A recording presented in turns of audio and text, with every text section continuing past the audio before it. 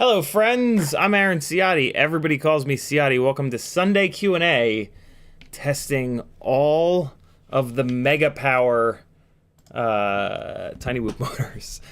That was my first battery and a half of the brand new Tiny Whoop 0702 32,000 kV Moon Travelers. Look at that. Look at that. Look what the number is down there. That says 32,000 kV. That's silly. I've also got a set of the 603 26,000 kV motors that I'm super curious about. So today we're going to take a break from past couple of live streams have been all about the brand new newbie drone Acro B V4.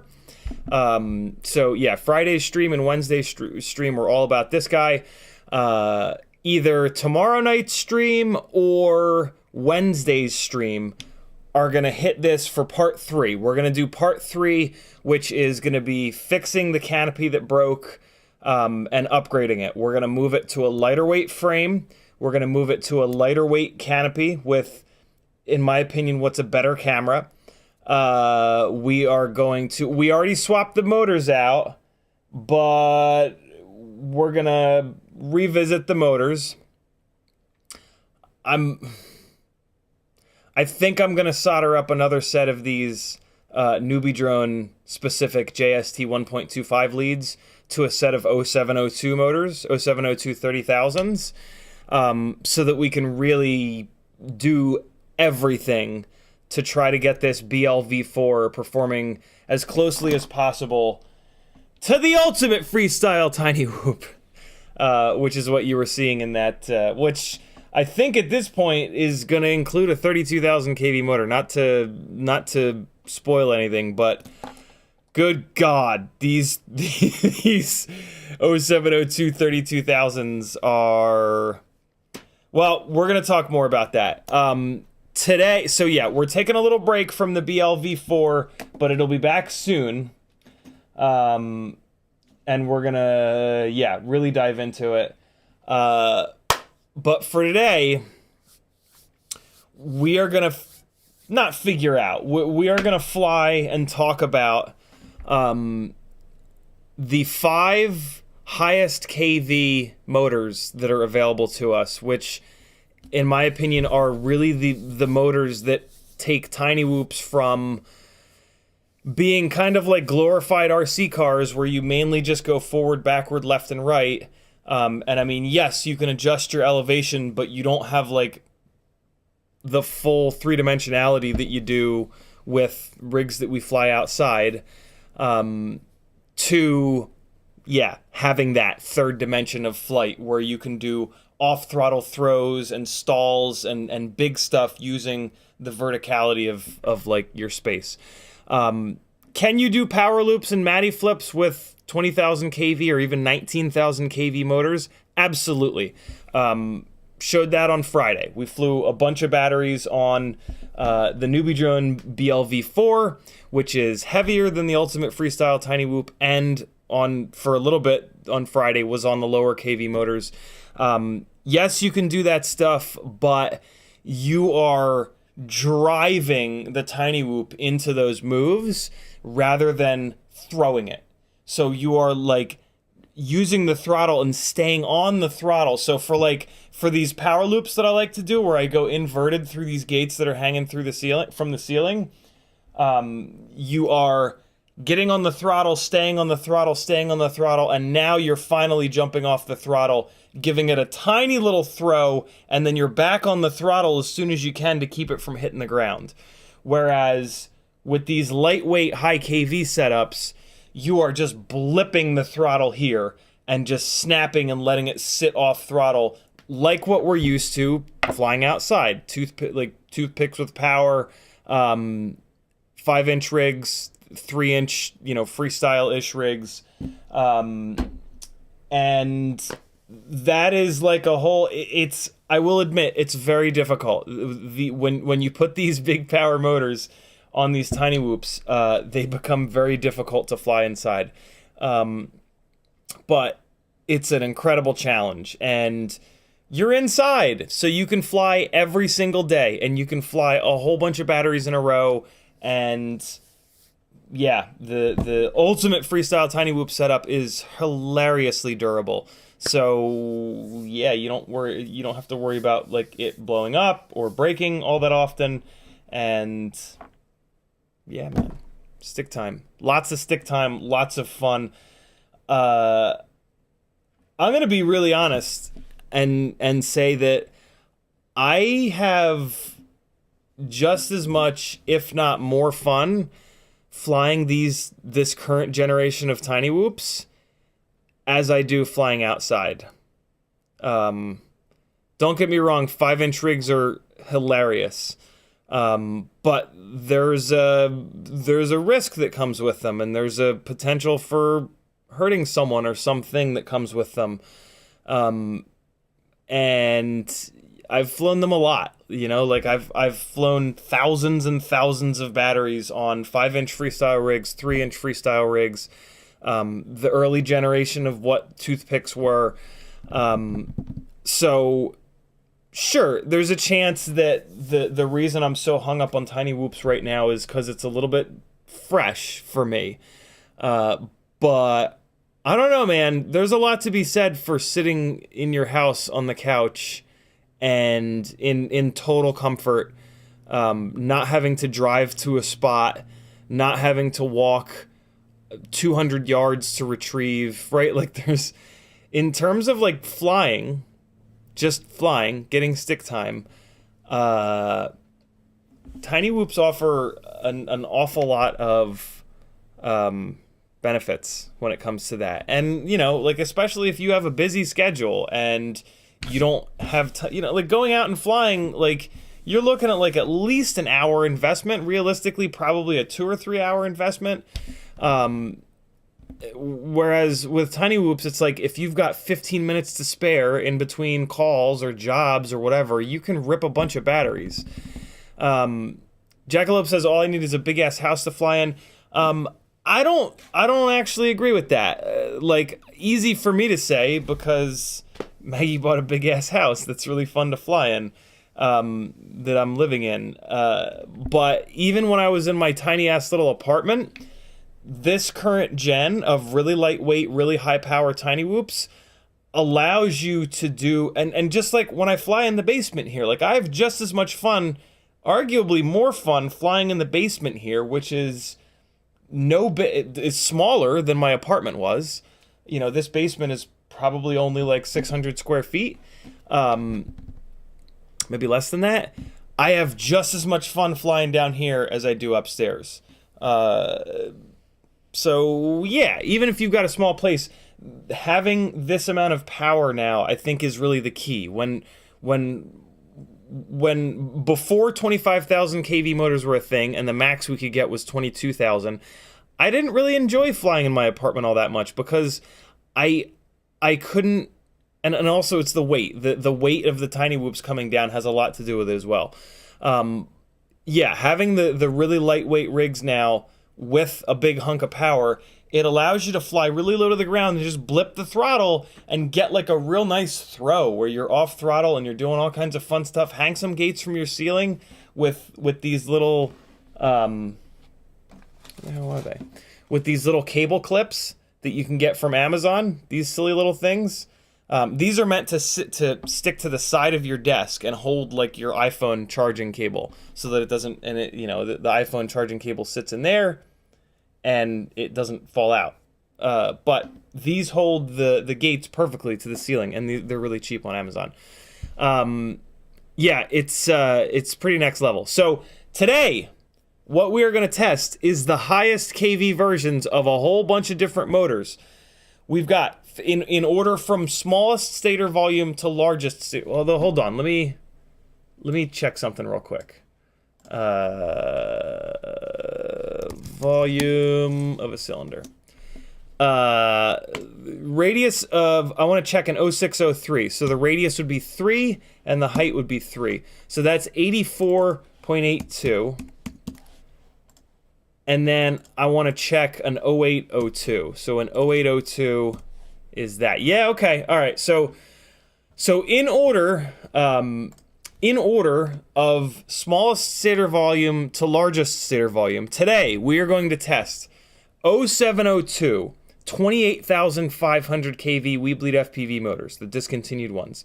We are going to test 30,000 kV 0702 tinywhoop.com motors, 32,000 kV 0702 tinywhoop motors, 0603 26,000 kV tinywhoop motors, and the lightweight 0802 30,000 kV tinywhoop motors, the EXs.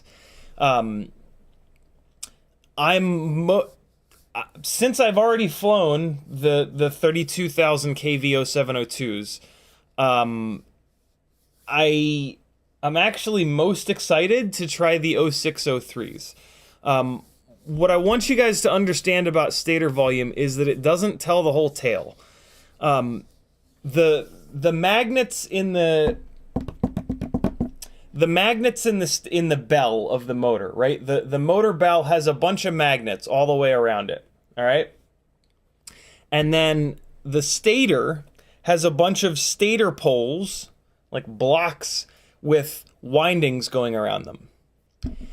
The volume of the stator is an important number, but the volume of the stator is not what does the work.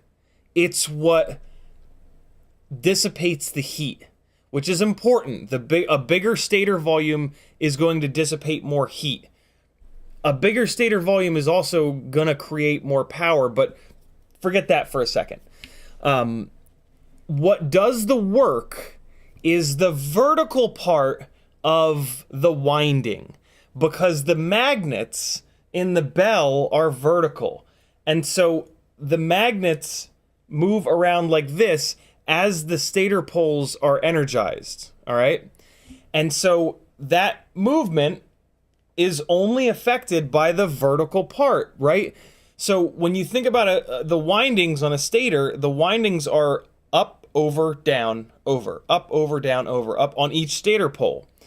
The over bit, the sideways bits of the winding don't do anything. And the wider you make your motor, the more motor width, this is a 2306.5, the more motor width, if you keep making 23, 24, 25, 26, all that really does is increase that horizontal part of the winding. It doesn't increase the vertical part of the winding. This is why this is one of the reasons why a 2207 makes drastically more power than a 2306. All of that being said, the motor's ability to stay cool is really important as well.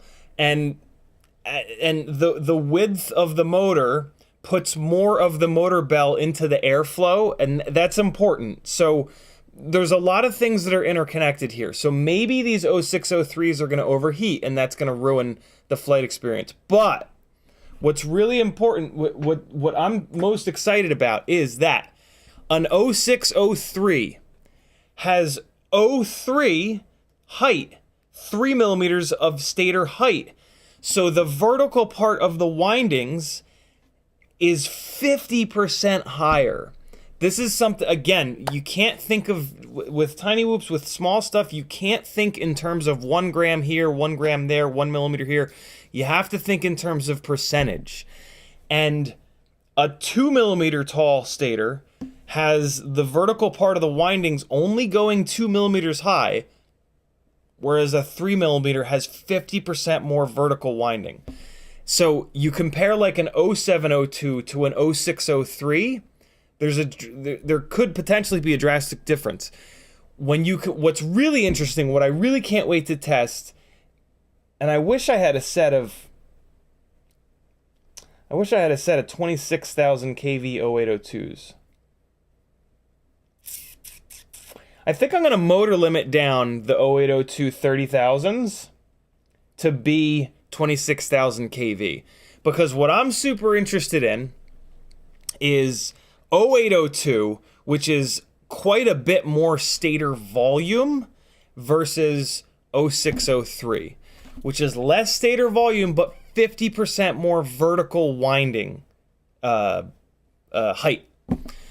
And yeah, the 0603s are significantly lighter than 0802s. We're gonna weigh a bunch of these. Let's weigh them right now, actually. So yeah, in terms of stator volume and weight, the 0603s are smack in between the 0702s and the 0802s, believe it or not. So let me weigh. See, the problem is the motor leads are different length. Well, we're going to weigh them and we'll see. This is not going to be an accurate measurement because the motor leads on these 0603s are significantly longer. 4 0603s are coming in at 19.7 grams. 4 0802 EX 30, yeah, see, damn it, 19.5 grams.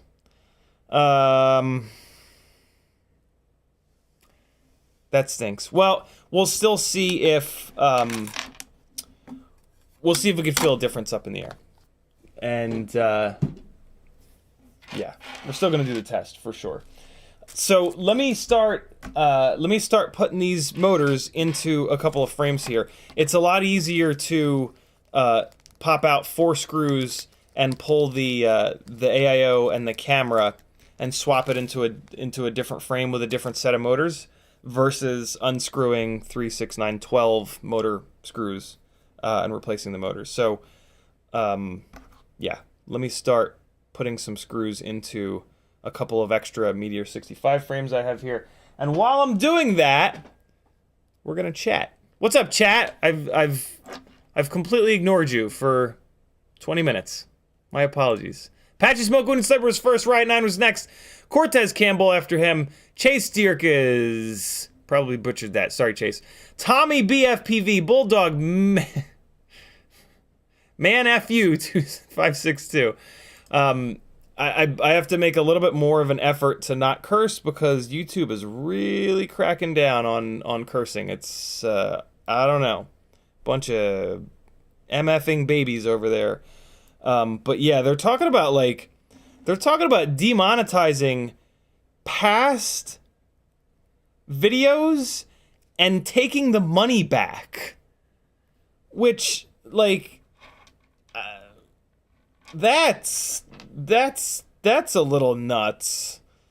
So yeah, hopefully that's not true, but I saw that somewhere, and that's kind of messed up, because I don't know. That feels like fascism to me. That doesn't make any sense. Bulldog FPV, Kevin Sumner, Stavel, Bob Bruce, Michael D, Frank Nicholas, Fancy Flyer, Robert Rosser, Espander, C-Mac, Bobby Bags, Northern Tier, Chris Mel, Anon, TK, bunch of new people. Hello, new people. Stay a while and listen. Thanks for coming. TK, Bobby Bags, Danzo, the Terrible, CH3661, EBR, Sleepy CBR, CH3 again, Mr. Huggy. Who else is in here? RC Roscoe, Denzel, the Terrible, Slow Entropy, Scott Milano, Jackalopes in the house, Impulse 60, Stavel again, Bobby Bags, Kevin Sumner, CMYK. Let's leave it there. If you want the gangly man to say your name, you got to come into the chat early. You got to say hey, say whatever you want. If you want to talk directly to me, what you got to do is type CiottiFPV. Remy Tim's in the house as well. What's up, Dan? How you been, brother? Hey, Dan, are you still doing FPV mentor stuff? I still send people to you when they message me on Fiverr without reading the Fiverr gig that very specifically says in it that you are handling that type of mentor stuff. If you want to talk directly to me, all you got to do is type CiottiFPV like all these beautiful people have done. That way it lights up an orange and I know that you're speaking to me. Otherwise, I'll assume you're speaking amongst yourselves. The people that hang out and chat here are extraordinary. They are super good builders, super smart, super talented. In most cases, they know more about the news in FPV than I do. I kind of focus more on weird stuff, like really specific builds and motor sizing and all this like super down and dirty nonsense. And I'm lucky enough, and I can do that because I'm lucky enough to have an awesome group of people that, yeah, checks out the other stuff and hangs out over on my Discord channel, which you can get full access to by joining my Patreon over on CiottiFPV.com. This is my full-time job. The reason I'm able to do as good of a job at this as I do is that I can devote a lot of time to it. So if you like these live streams and you want them to continue, I literally do rely on support from beautiful people like you. If you have a couple extra bucks, Patreon helps me out the absolute most. It is the closest thing to a paycheck that I've got.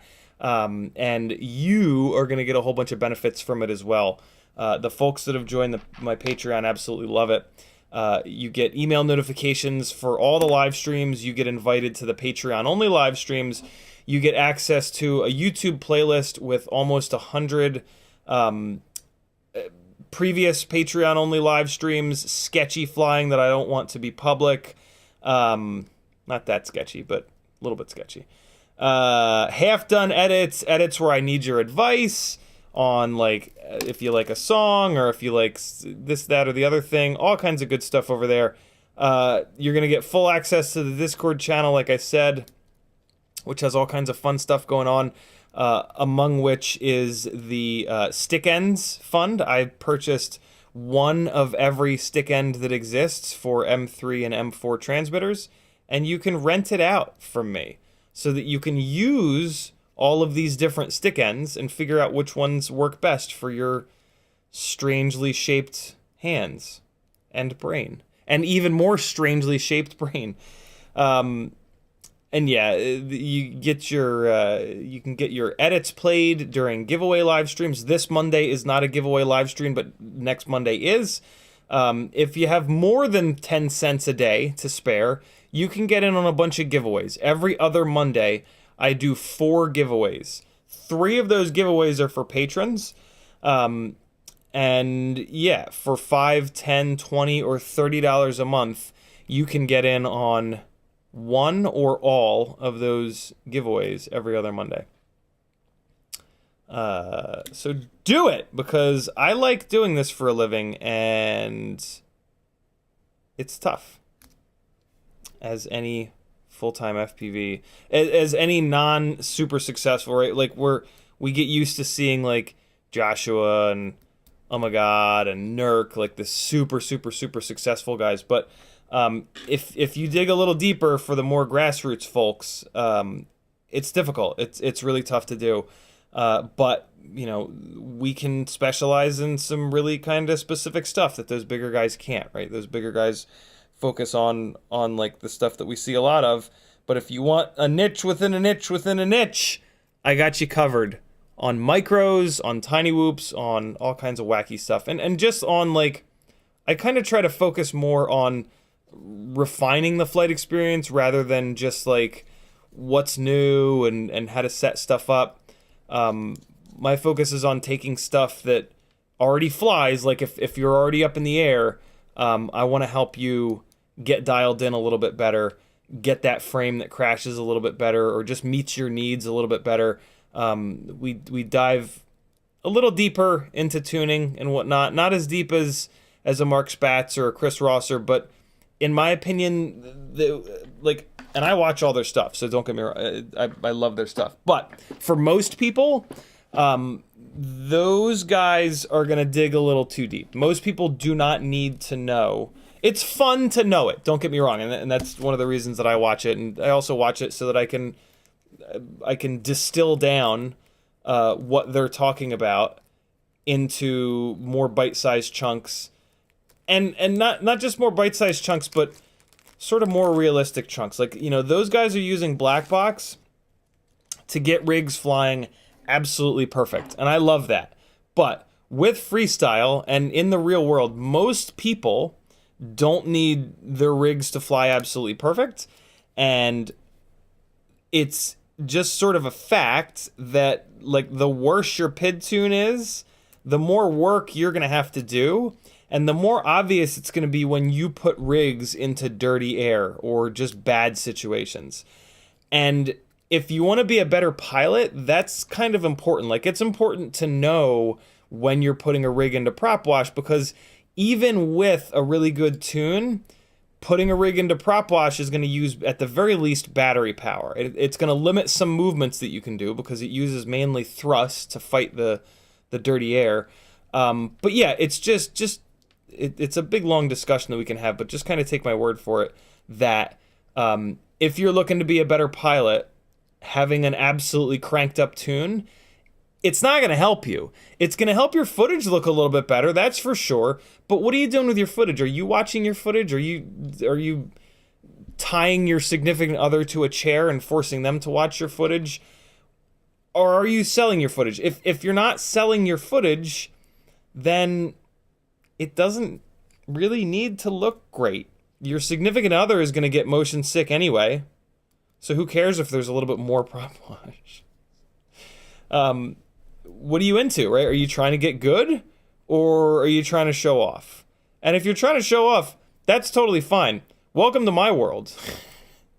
But if you're only trying to show, like if you're trying to show off to the whole of the internet, sure. Make sure your tune is locked in, or you're selling it or stuff like that. But if you're trying to get good, spending your time learning to tune is kind of a waste of time. You can do that whenever you want. Whenever you're ready to put your work out there, spend some time learning how to tune, get your tunes dialed in, and away you go. Or just use fucking hyper smooth or real steady. All right. I hate those of you that know me will know that I hate to say that, because I've spent a ton of time learning how to fly smooth and set my rigs up to fly smooth before the electronic image stabilization was so good. If I were getting started into FPV right now, and I had the benefit of all the knowledge that I currently do, I wouldn't bother. I would just spend all my time on the sticks, just flying garbage tunes as loose as possible, beating up as many motors as I can. With a loose tune, you can fly motors. You can fly a lot more, because when the motors get banged up, the tune is so loose that it doesn't go banana pants. Yeah, I would spend all my time on the sticks and then just let Hypersmooth and Real Steady do all the work for me of making my flying look smooth.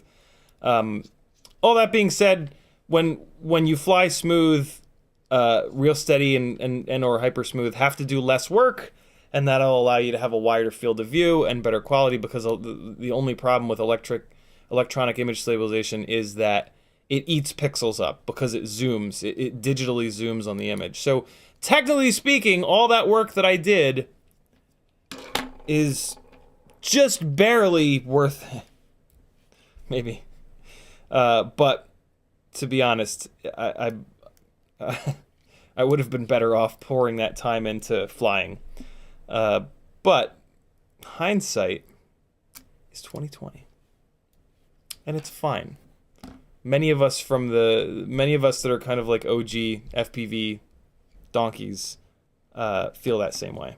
So at least I'm not alone. Yeah, let me stop ranting and get a little bit more caught up on chat here. I hope I made whatever point I was trying to make.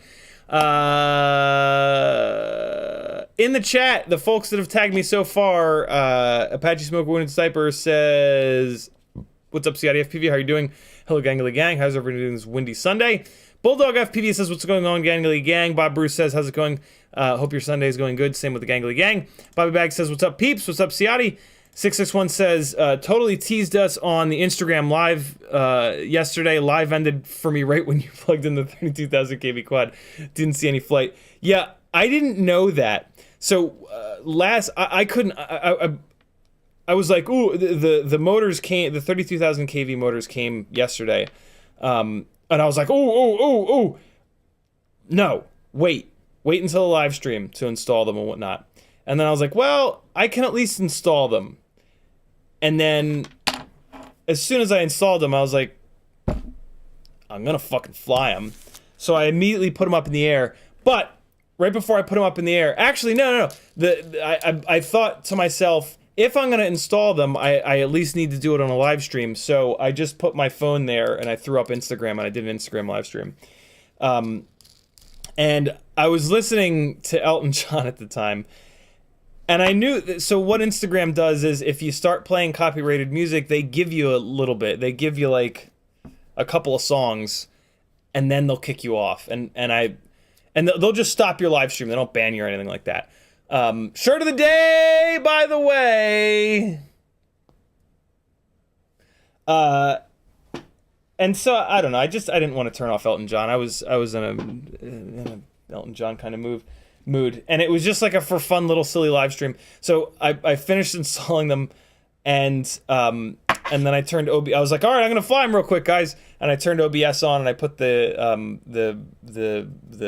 VRX up on the screen, and I leaned my phone just right, and then I put the goggles on, and I started flying, and I was talking to you guys through it. I'm like, guys, this is amazing. And then I get done flying, and I look at my phone, and it's just on the main screen of Instagram.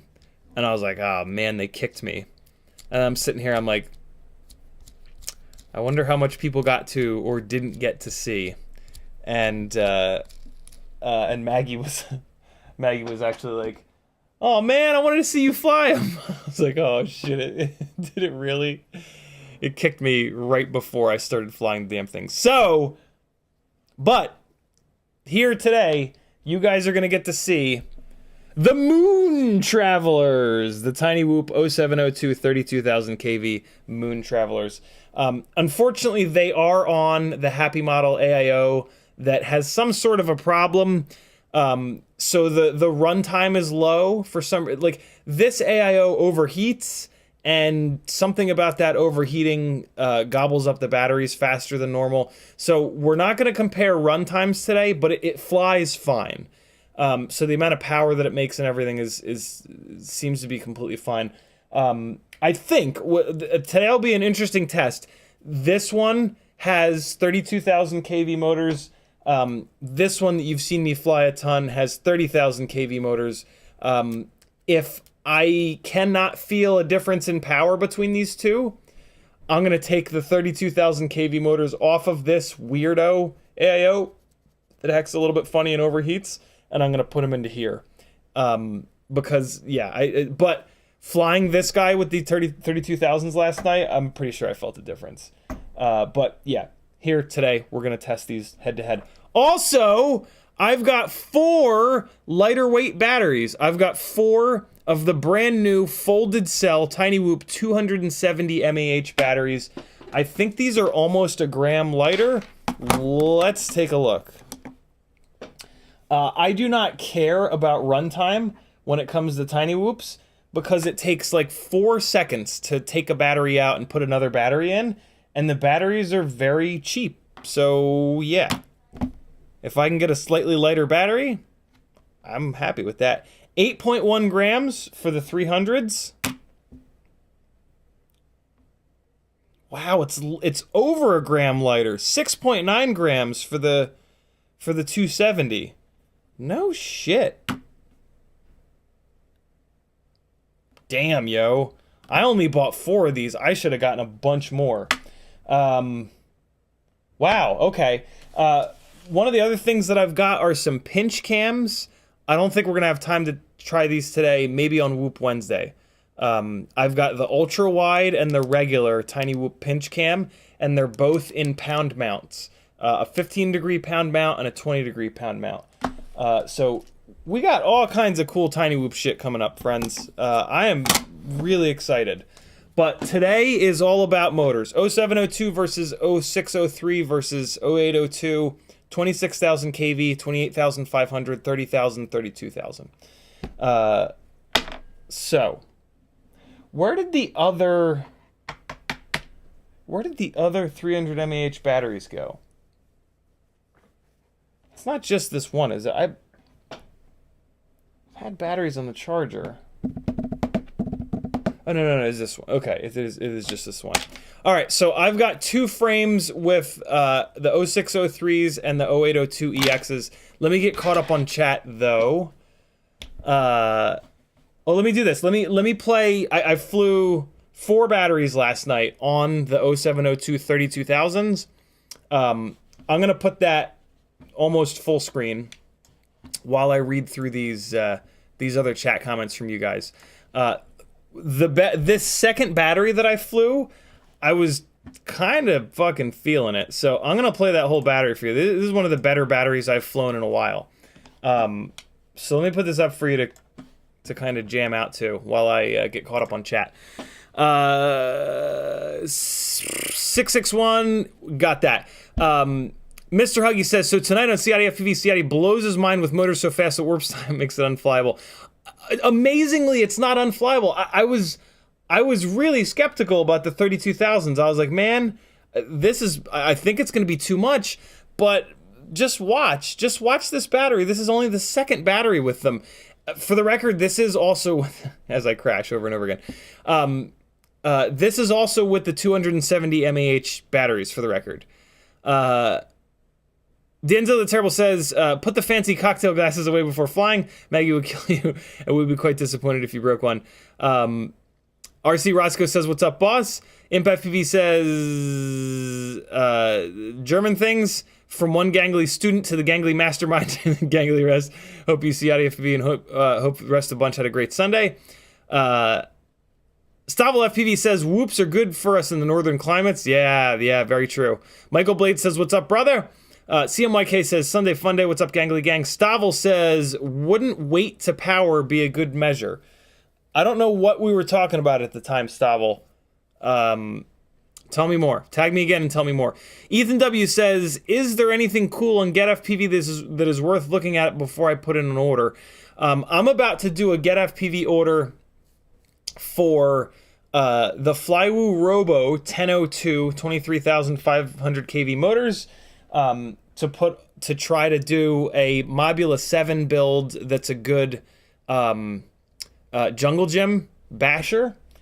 And I'm also getting another Happy Model F4 ELRS AIO, just to kind of have an extra one for these builds, specifically kind of to replace this one that overheats for some weirdo reason.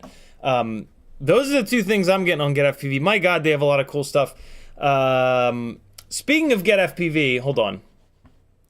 I have to put this out there. I am kind of desperate for one of these, so if you guys can ask your friends, here's a link to it. I really want one of these. This is the perfect travel parallel board for, it's nice and lightweight and it's nice and small, and I'm trying to refine my gear setup for when I fly. When I fly on an airplane elsewhere. This is the absolute perfect parallel board for what I want. So if you guys can kind of ask around, I just dropped the link into the chat. If you've got like a local FPV group, if you can drop that link into the chat and say, yo, does anybody have one of these? I will pay more than what they paid for it. I will pay 40 or maybe even 50 bucks for the damn thing. So, or I will trade a much more expensive Joshua Bardwell Strix board for one of these. Regardless, if I can find somebody that has one of these, I will make it worth their while to let me have it. So yeah, if you guys have like a local group or whatever, just drop this link if you don't mind and say, yo, CiottiFPV is desperate for one of these. Does anybody have a lead on one? And I will love you absolutely forever. Thank you, friends. I've been forgetting. Hey, also, whichever one of you beautiful bastards sent me this, I need to return it, and I lost the goddamn gift thing. So if you sent me this from Amazon, thank you so much, but it won't focus on the desk here. It's fixed focus, so we need to do a return. I don't want to have to just like put it on Facebook Marketplace because it's absolutely brand new and I won't get what it's worth. So thank you again. It's incredibly kind of you, but yeah, get in touch with me, please. All right. Back to getting caught up on chat, and then we're going to dive into the motor stuff. And back to this fire battery that I flew with these 32,000s. Jackalope says that right there was actually the an uncommanded movement. That was the AIO starting to shit the bed. There's a FET that's going on the AIO. Jackalope says, how was your experience with getting Part 107? Been thinking about taking the plunge. It was pretty easy. I didn't care about getting like 100 on it. So from what I've heard from people that I trusted, the Northrops videos. So Casey and it's a husband and wife team. Their last name is Northrop, Northrop. If you search Northrop Part 107 on YouTube, you will find an hour and change long video that if you watch it a bunch of times, you will learn just enough to get by and pass your 107. You're not going to get 100 on it, but nobody will know. It doesn't matter. As long as you get over an 80, you're fine. And quite honestly, the extra stuff that you need to know to go from getting an 80 to 100 is, in my opinion, pretty worthless. So for me, it was about spending the least possible amount of time. And so, yeah, I just put that YouTube video on a whole bunch of times when I was doing other stuff, and I picked up just enough and was good to go. So, yeah, all that being said, I have worked probably 30 plus gigs, and not once have I been asked for my 107. So on one hand, it's like, well, that was kind of a waste, but yeah, it is what it is. Also, keep in mind that part of the 107 is that you're supposed to have a visual observer. So you're supposed to be showing up on set, paying someone to stand there and maintain visual line of sight. And most people are... I, of course, always make sure that I do that. Not that any of my gigs have been paid. All my gigs have just been for exposure. But... yeah, you're probably not going to do that anyway, so without doing that, you're in violation of the 107 anyway. So at that point, why even have it? But yeah, I'm supposed to tell you to get it. So yeah. Samuel Zook says, fascinated to see your results today. Nice to see someone doing actual comparative analysis instead of talking about how a motor feels. Well, Samuel, today is going to be about talking about how a motor feels, but in my defense, I have put an awful lot of time into these motors and into these rigs, and I will admit that I have not done blind testing. The main reason that I haven't done blind testing is that these rigs are all in different colored frames, and the AIOs have different gyros in them, so they have different tunes, slightly different tunes on them. So yeah, but I promise you I can feel a difference. Look, you guys pay my salary, and so I have no... I have no reason to lie, and I absolutely hate that. Like, I absolutely hate bad info getting out there. So I'm very motivated to not lie and to really pay attention and to try to try really, really, really hard to push through the placebo. And so I don't know. I like to think, and I do think that I know that I can feel the difference in the motors. I'm just going to say it. I can. I just can. And I think you can also even see it in my flying. Like, you can see me when I'm flying a more powerful motor, you will see me hit the ceiling more often. And stuff like that. And so that's the stuff that I kind of focus on in order to get through the placebo. So, yeah. But, in fairness, I'm not going to do thrust testing today. Maybe I'll do thrust testing on one of these live streams, but not today. Today is going to be about flying these things because I cannot wait to see how these 0603s feel in the air. I also can't wait to see if the 603s will take... So the 603s are 26,000 kV, which is a little bit low for the biblades. I think maybe that the 603s might work on the tri-blades, though. So that's what I'm kind of interested in. I don't... The 702s definitely don't work on tri-blades. It's too draggy. It's too heavy. The 0802s do work on tri-blades, but I don't like it. So I'm kind of hoping that that I like the 603s on tri-blades. We'll see. But thank you for the kind words, Samuel. I try really, really, really hard to not let the placebo in. And I do have plans on getting these rigs into the same frames, into these clear Meteor 65 frames, and then showing Maggie how to plug the batteries in and taking them up to her and with a stack of batteries when she has time. She's usually very busy. She does real world things. She has a real job teaching students to take care of themselves so that they can... teaching medical students to take care of themselves so that they can then take care of other people better. But yeah, when she has some time, I will be bringing up to her a stack of batteries, and she knows what blind testing is, so I won't really have to explain that.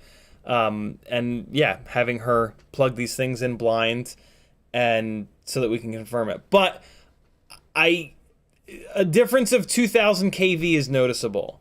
Like, I would be much more worried about that if I was trying to test like 28,000 versus 28,500 kV motors. Testing 28,500 versus 30,000 versus 32,000, I can absolutely feel the difference. And so at that point, it's all about, like, does that make me fly better, or does it become too much power? As far as I'm concerned, we're still nowhere near 10-to-1 power to weight ratio, so I just want more and more power. Because the more power, yes, the harder it becomes to fly, but the closer we get to the 5-inch flight experience, and that's the dream, right? And then we do things like throttle expo and just putting in time to be able to fly the damn things better. So, yeah. Remy Timms has been busy. Yes, I still do on occasion, but can't commit as much time as I want to. Always welcome to send people my way, though. Awesome.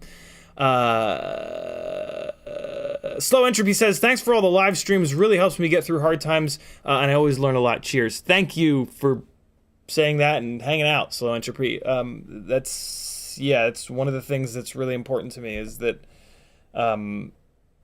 every time one of you guys says that, it reminds me that, yeah, it sounds kind of bad, but, like, it's worth it. Like, it's hard to do this. And I'm operating on a lot of faith that everybody that's, like, big in FPV and or anything wacky and weird, not just, you know, getting a job and going into the office, has worked really hard for a really long time.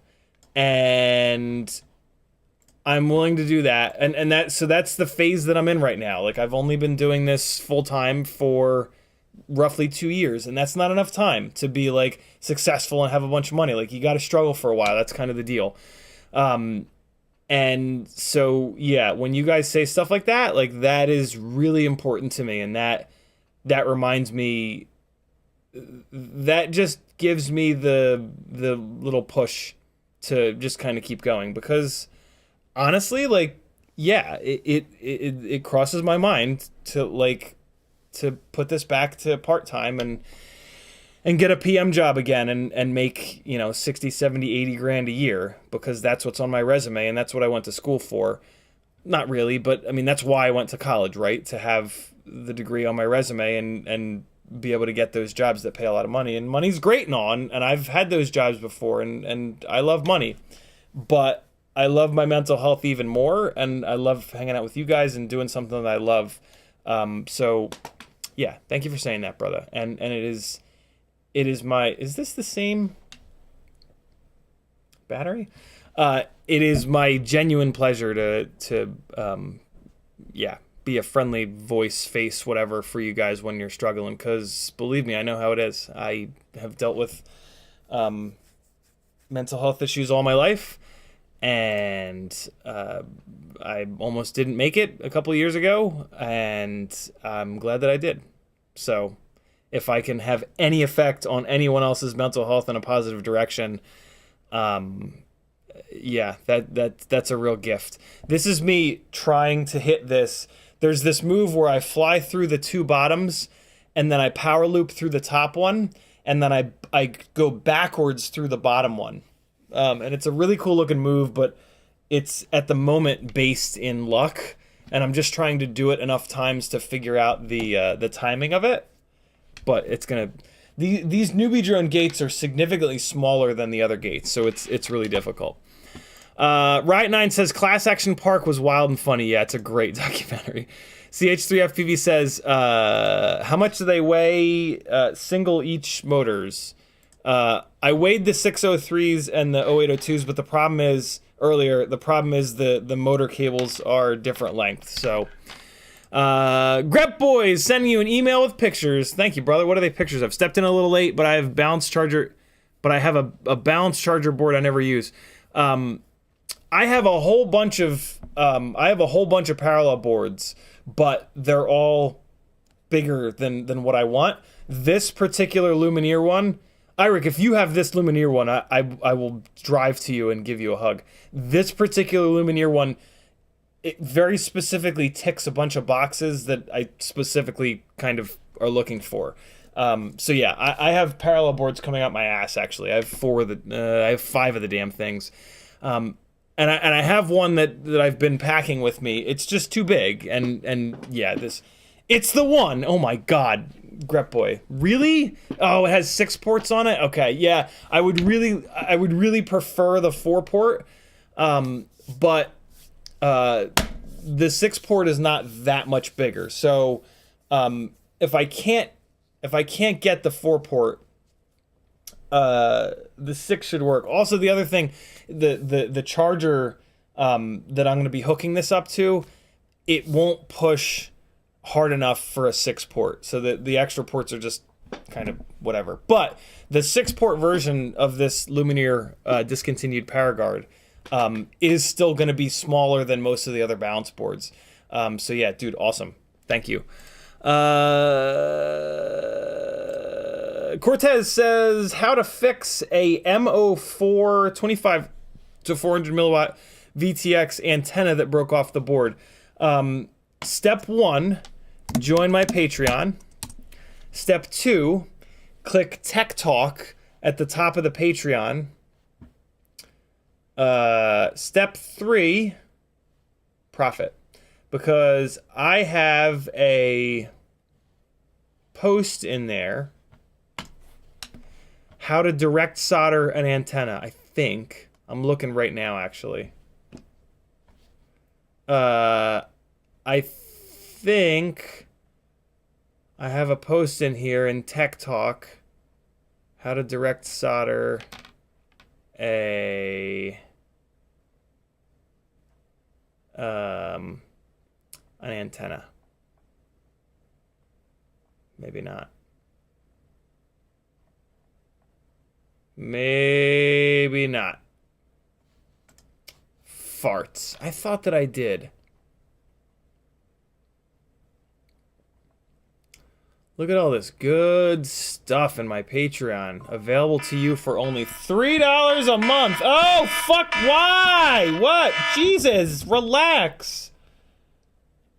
Why does my phone think I have therapy every day? Is it trying to tell me something? I don't know what the hell is going on with this.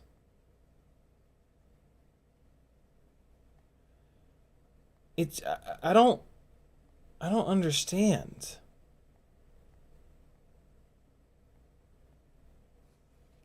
All right, I'm deleting it again.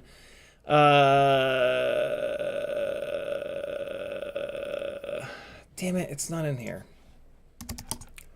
Is it just on my YouTube channel? Yo, for any of you sim racer weebs like me, the virtual Le Mans yesterday was a hot goddamn mess. Oh my god. Search for antenna? This is not it.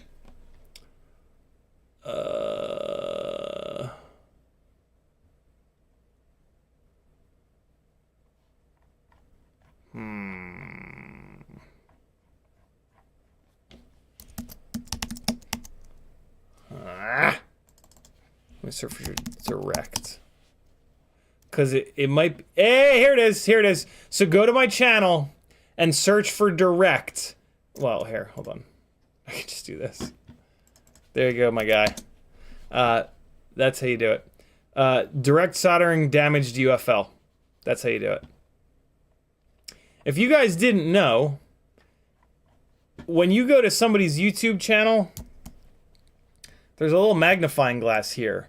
And that is the most useful tool in all of YouTube, because you can search someone's entire channel for blippity blop, and it might find it. Nope, didn't find it. But you can search for whatever you want, and it'll search the titles of their videos, and yeah, you can find things that way without searching the whole of YouTube. Makano Studios says, what about the 6 battery version of the Lumenier Paraguard board? Yeah, we talked about that. Do you have one of those? Sounds like Grep Boy's got me covered, but man, I would love to find that 4-port version. It's really not that much smaller. It's more of like a No, I guess it matters. I am really trying to slim this kit down as much as possible. Hey, speaking of blocks, look at this. I'm gonna use for a little bit the my Torval Pit Stop Stealth that I won at Rampage last year, for the FPV Rippies edit competition thing. Yeah, I'm gonna use this for a little bit. I've begun to kind of look at how I can kit it out in a way that makes sense for me, and yeah, I don't know. We'll see. I'm really happy with my Low Pro BPX3, but it is not comfortable when I have it all loaded up, and I have to walk a longer distance with it, like through Atlanta Airport. It sucks, man. Like, it's not the end of the world, but if I had to walk 10 miles with it, I would be broken. So yeah, I have this bag. I was literally typing into our local Atlanta group chat last night. Does anybody want to buy a Torval Pit Stop Pro Stealth? Because it's a $200 bag, so I'm sure I can get like $160 for it. It's literally brand new, as opposed to it being figuratively brand new, of course. And I was literally typing in, like, does anybody want to buy this? And then I thought, you know what? That would be kind of dumb to not at least try it. Like, I'm not going to wreck it, right?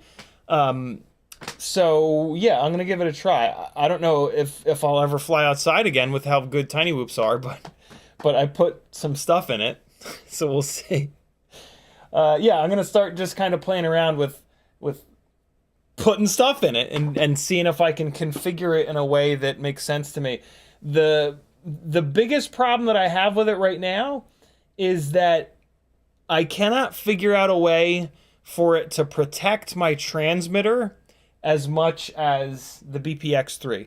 The way that the QX7 sits in the BPX3, and like the switches are protected and there's a panel over the top, like it really, really, really protects the transmitter. And that's the most important thing for me, is protecting the transmitter, because it's kind of the most fragile part of your kit.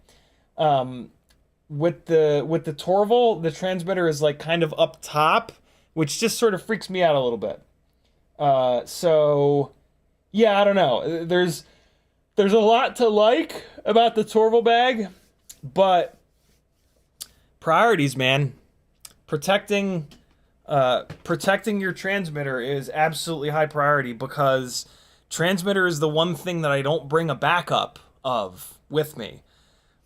So that's a little scary, but I don't know. We'll see. I have to wrap my head around like how the bag would get knocked around. And I mean, like, I guess too, like the transmitter, what's the worst thing that's going to happen to the transmitter? A switch breaks off. Well, you can, even if a switch breaks off, you can just hit the switch like with your fingernail usually. So God forbid, like my arm switch breaks off. Yeah, I mean, it's not gonna be great, but that's not gonna happen every time. And if it happens, it's like, okay, well, you know, coming in, land it, and then just fingernail it. So I don't know. You know, I don't know. There was a reason that I was getting up, and that reason now eludes me. Maybe I just needed to stretch. Spander says, it might be pointless, but as I like to say, it's better to get caught driving without a seatbelt than without a license. Yeah, it's very true. Stavel says, it has some 14,300 kV motors for my yellow Inductrix if you want to test. I have some 14,300. That is so low. Holy cow. Chase says, is it worth it to put thumb on 40mm 2S? I'm having trouble with worth it. I don't really know how to answer, because I don't know what worth it means. I mean, I know what worth it means, but I don't know what worth it means to you. So, yeah, I apologize. I don't know how to answer that. Why did I stand up? I'll sit back down and then I'll immediately think of why I stood up. It had to do with the bag. Maybe not. I don't know. I don't remember why I stood up. Yeah, Chase, I want to give you an answer, but I don't know. I don't know what worth it means to you. All I can say, I guess, is that. But see, that's such a condescending answer. I don't know how else to answer other than if you want HD footage from your 40mm 2S rig, then yes, I guess it's worth it. I apologize if that's a condescending answer, but I don't know how else to answer it. Gangly Gang stickers are available in both matte and holographic. They look horrible inside of the plastic, so let me take a couple of them out. $5 via PayPal for one, $10 for two, and I'll throw in an extra sticker for you if you get two of them. Yeah. Be a part of the Gangly Gang, my friends. Even if you're not gangly, you can still support the gangliest of gangs by buying some really fun little stickers that CMYK FPV designed and are just so fucking cool, if you ask me. I'm pretty biased, though. Look, Nightwing sent me one of his stickers. Nightwing works over at Tiny Whoop. He said he watches the live streams and likes them, and that's pretty awesome. Tiny Whoop's got some really fun new stickers. It's a little flying squirrel fella. I gotta figure out a good spot to put the Nightwing sticker. All right, let's get caught up on chat, and then we're gonna do some flying. Chase also says, I remember I originally found your channel from a Tiny Whoop event. I believe you power loop table with 5-inch. Wasn't a 5-inch, it was a 3-inch at Quad Camp. Oh God, probably 5 years ago by now. At the Atlanta Quad Camp, I was living in Charleston at the time.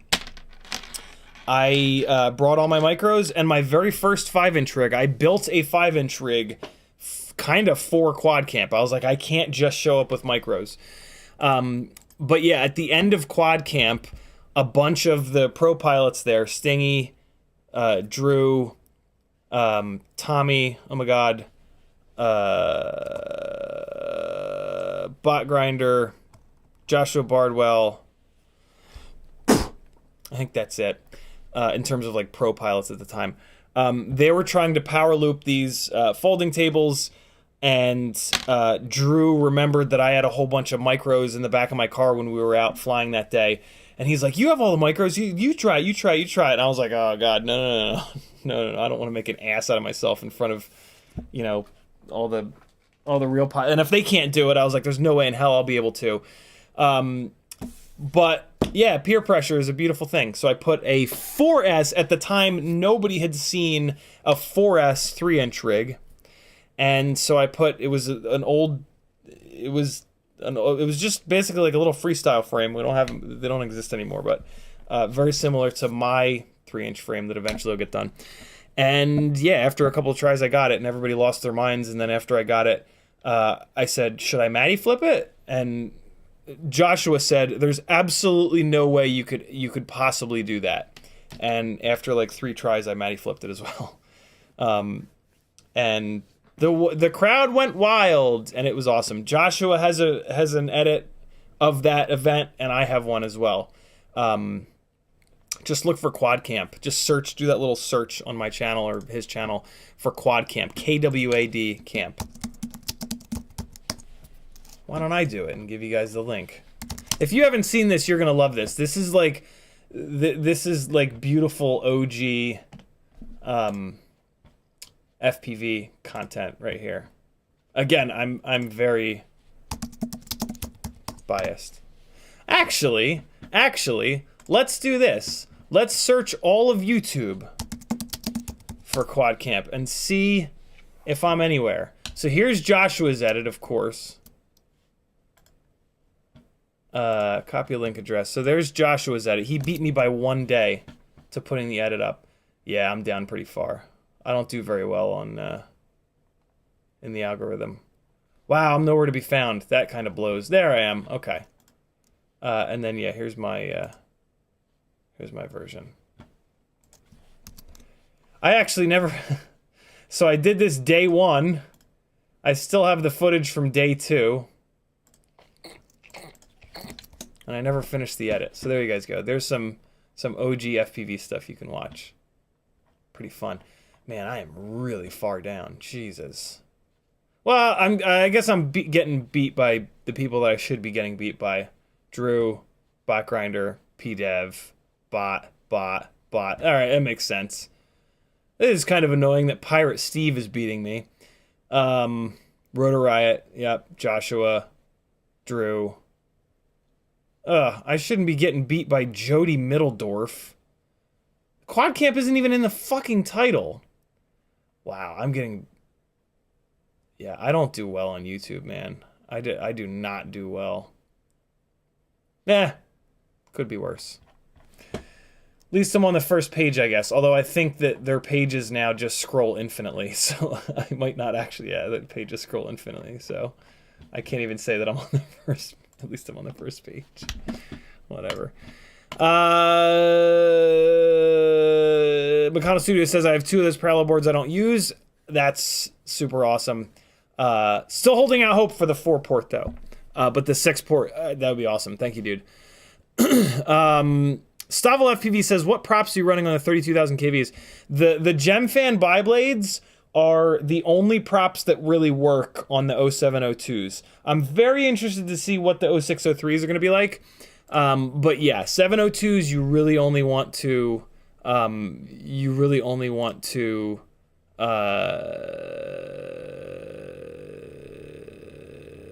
run on a 702 motor. Justin Guy says, hello, late to the party, but I made it, and we're caught up. Awesome. And thus the Micro King was born, Jackalope says. Yeah, exactly. So at that, at one point during Quad Camp, someone said, like, if you can do that, you'll be the Micro King. Kevin said it. Stinger Swarm said it. He said, if you can do that, you'll be the Micro King. And a couple of the guys that I went there with, a couple of my friends were like, he's already the Micro King. And then after I did the Matty Flip and the Power Loop, and it's in my edit, I was like, Kevin, so about that Micro King crown. He's like, yep, you are for sure the Micro King. And that's where that whole thing came from. I actually didn't come up with it. It was totally other people. Let's crash some Tiny Whoops. First thing we're going to do is put the 32,000 kV rig up. Well, no, let's step it up. We're going to go, so we're going to fly these lighter weight 270 mAh batteries first. And we're going to step up from 28,500 kV to 30,000 kV to 32,000 kV. Realistically, that's the best way for me to say to you guys and show you guys what the increase in power is going to really do for you. And yeah, it's just easier for me to tell when I step up in power like this that there is an actual difference. So absolutely fresh batteries. The 32,000 kV motors are on the worst of these 3 AIOs. These 2 AIOs are almost the same. This one is a little bit weaker than this one. The AIO on the 28,500 kV rig, it never does anything weird. This AIO, every once in a while, does a little something weird. The AIO on the 32,000 kV rig is it's not, I'm not going to say like it's dying, but pretty soon it will be like dying. But it's okay for now. So let's get the VRX plugged in down here and get up in the air. And we'll start talking about the differences between these motors. And what I can and can't feel on the sticks. Alright, and we've got a bunch of 300 mAh batteries on the charger. Most of them are ready to go. 2 of them are still red. Alright, people. Here we go. Taking my transmitter out of the Torval bag.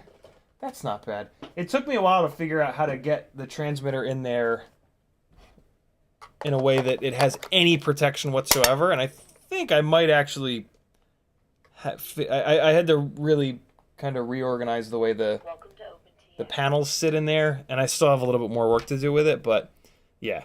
Hey, also, well, let me do weights. Let me do weights real quick on these 3 rigs.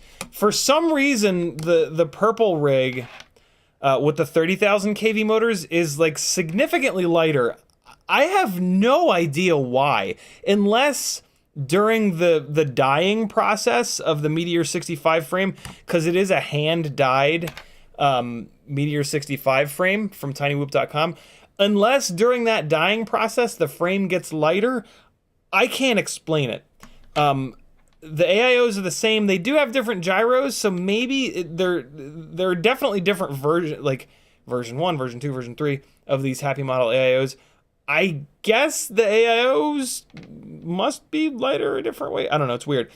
28,500 kV rig weighs 19.7 grams. 30,000 kV rig weighs 19.0 grams? Why? 32,000 kV rig weighs... Alright, now that's weird. 19.3 grams. So both of these are... So that this...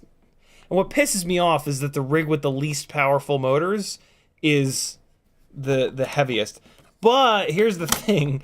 It's also the AIO that doesn't fuck up. So... I don't know. CH3 says put the scale on the cam. I don't have any reason to lie to you. I mean, I still should, but...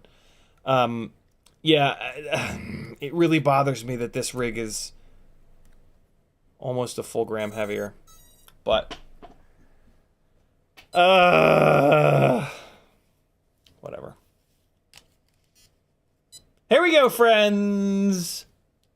We're going to mainly stay downstairs. I am going to take these upstairs for at least one big throw across the living room. But we're going to do most of our flying in the basement here. Alright, so this is extremely low camera angle right now. Let me actually turn the camera angle. Oh, well, no, you know what? These are now... so here's going to be the other thing. The first 2 rigs I'm going to fly are on the old school run cam camera that's wider field of view. That's why there's more duct in view. I'm gonna leave it alone. The rig on the 32,000 kV motors is the newer version of the Runcam Nano 3, which is not quite as good of a lens. But we'll try to ignore that. So this is with the 270 mAh battery. This thing is lighter than it's ever been before. Okay.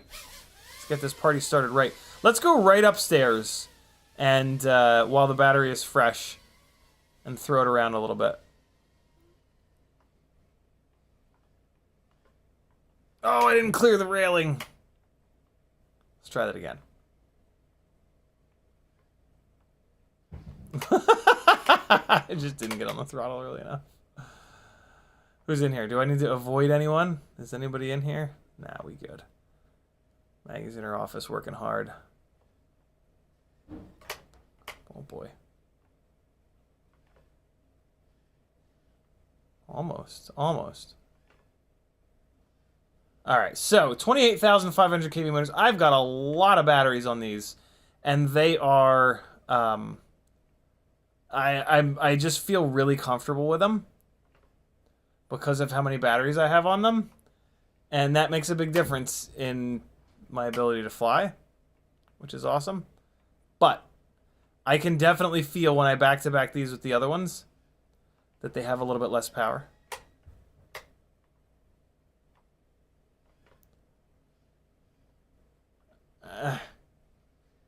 But what's interesting is they have plenty of power. Like, and I have thought on multiple occasions that these might be the right amount of power. Yeah, there's a point where when you keep making more and more power, you lose... I mean, every time that you make more power, you lose throttle resolution. So it's... the game, for me, is how little power... I'm inside the bass drum. I'm inside the bass drum. It is hard to get out of this bass drum. Yeah. Try to have as little power as possible. God damn it. But still enough power. That's kind of the name of the game for me. Let me out. Let me out. I want to get out of here. I don't like it in here. I don't like it in here. Let me out! Get out, get out, get out. Yeah! We got out. So yeah, but again, as we said earlier, we're still nowhere close to like the 10-to-1 power to weight ratio that makes 5-inch freestyle rigs kind of magical. So, in my opinion, we should just keep making more and more power and just keep spending more and more time getting good. Because, yeah, extra power opens up the door for different shit. Come on now. Not flying great, if I'm honest. I tend to be kind of hot and cold with my flying, and I am cold right now.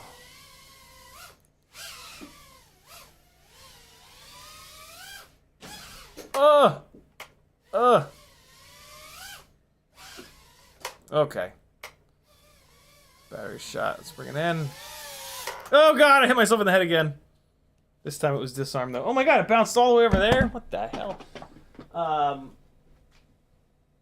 Alright, so that's the 28,500s.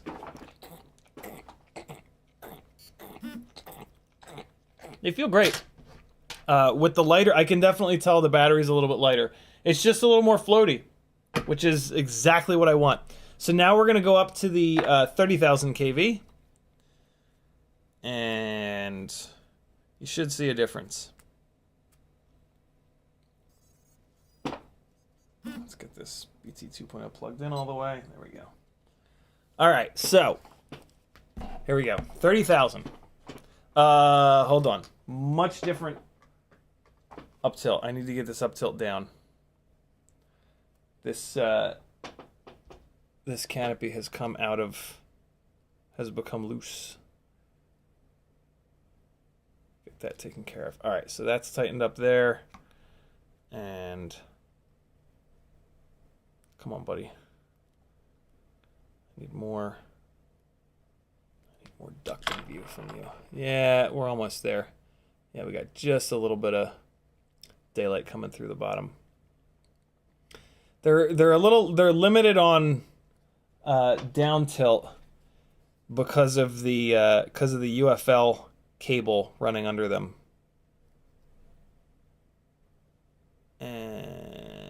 Okay. There we go. That is where I want to be. Whoa, that's too much. That's too much.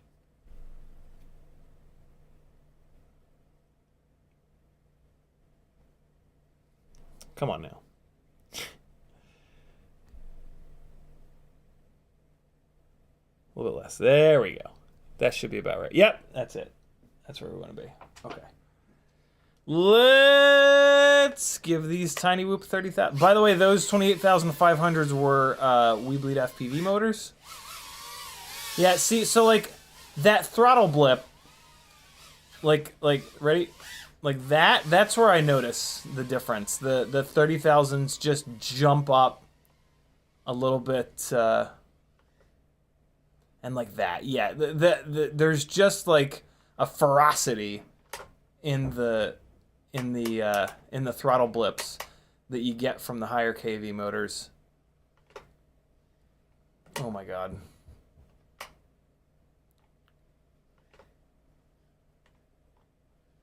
And you can also tell on those like stalls, on the like there's just, you can just kind of, and like look at that hang time, yo. That hang time is what we're getting from the extra power.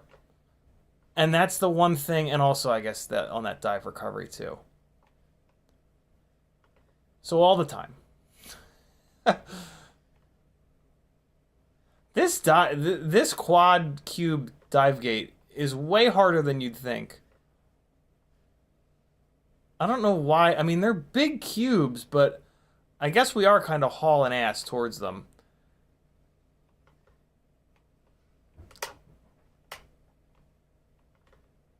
And I'm trying to throw it at that from like all kinds of different crazy angles, so. All right, let's come back downstairs. Can you guys see a difference? I'm actually very curious.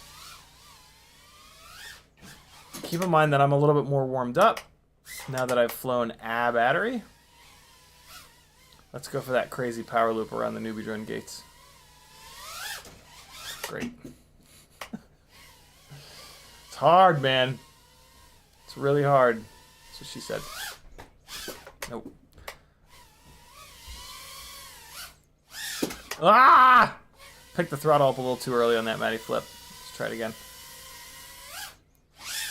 There we go. Now we're talking. Oh, that was tight. That was real tight. Oh! There we go. Now we're getting in it. Let's try the impossible coffee table power loop. Yeah. Oh, I don't hit that often. I do not hit that often. So this is the kind of shit that I'm starting to notice with the different KV motors. Just like, how often do I hit and miss stuff? And there was a little bit where I thought that I was hitting tricks more often on the 28,500s, but lately I feel like I'm hitting tricks more often on the higher KV motors. That was something that I definitely noticed last night with the 32,500s, which we are about to put up in the air. So yeah, keep that in mind. FlashFPV says, have you ever got the whoop caught in your hair on a live stream? Like a week ago was the first time that ever happened. And I've flown so many batteries live on stream. I could not believe that it had taken that long for it to happen. The BT 2.0 is now welded to the connector, is welded to the battery. I must have crashed it and slammed the connector into the ground. Hold on. Hold on. Try to get this disconnected. I love that the BT 2.0 plugs don't come unplugged when you don't want them to, but every once in a while when you want them to, you have a hard time getting them unplugged. Man, now this battery's getting drugged down to Chinatown. Come on. Come unplugged. There it is. Got it. I'm going to put this battery right on the charger because it just got brutally murdered. This battery's done. Let's put this guy on here just to get him back up a little bit. All right, cool. So that was 28,500 and 30,000. Now we're going to go to 32,000. The 32,000s, they pull on these lower MAH batteries something fierce. You're going to see at the end of the battery life that it'll actually brown the damn thing out if I hammer the throttle when I'm like coming home with a low battery warning, which is, in a way, that I kind of like that because that means that we're pushing the gear to the limits. And yeah, like I kind of like that. So this is a different camera now. Keep that in mind. And yeah, I typically don't fly as good with this camera, if I'm completely honest. But I don't have another one of these OG round lensed Runcam Nano 3s, so that's the best I can do. And this rig right now is just together for like kind of testing purposes. Once I decide on a motor, I will get one of the two main rigs onto that motor. So these are now the 32,000. And the big thing that I notice with these is that I can just I can just stab the throttle and the rig just goes sailing. Much in the way that, like, with a 5-inch rig, once you learn the timing of tricks, you can just do everything with, like, a throttle stab, and it really makes a lot of these momentum-based moves a lot easier. This rig also does not have a singularity antenna on it, so the VTX performance, I just flew right into the wall. The VTX performance is nowhere near as good. It was like I did it on purpose. Come on, flip back over, friend. Yeah, I can absolutely notice it here. You guys can probably notice if I do this. Look at it covers a ton of distance. Look at that. It just hug the ceiling. Oh God, I still didn't get on. I did not get on the throttle quite early enough. Sorry, baby. Sorry. She puts up with so much. Like, it can't. It has to be obnoxious to hear this thing crashing while you're trying to get work done out there. That's why I'm only spending like half a battery up here. Trying to. Oh, that stall. Guys, that stall. Good Lord. And now the battery is really coming down, 3.4. This, again, this AIO in here has some kind of a problem, and it chews through batteries quicker. Oh boy. Oh boy.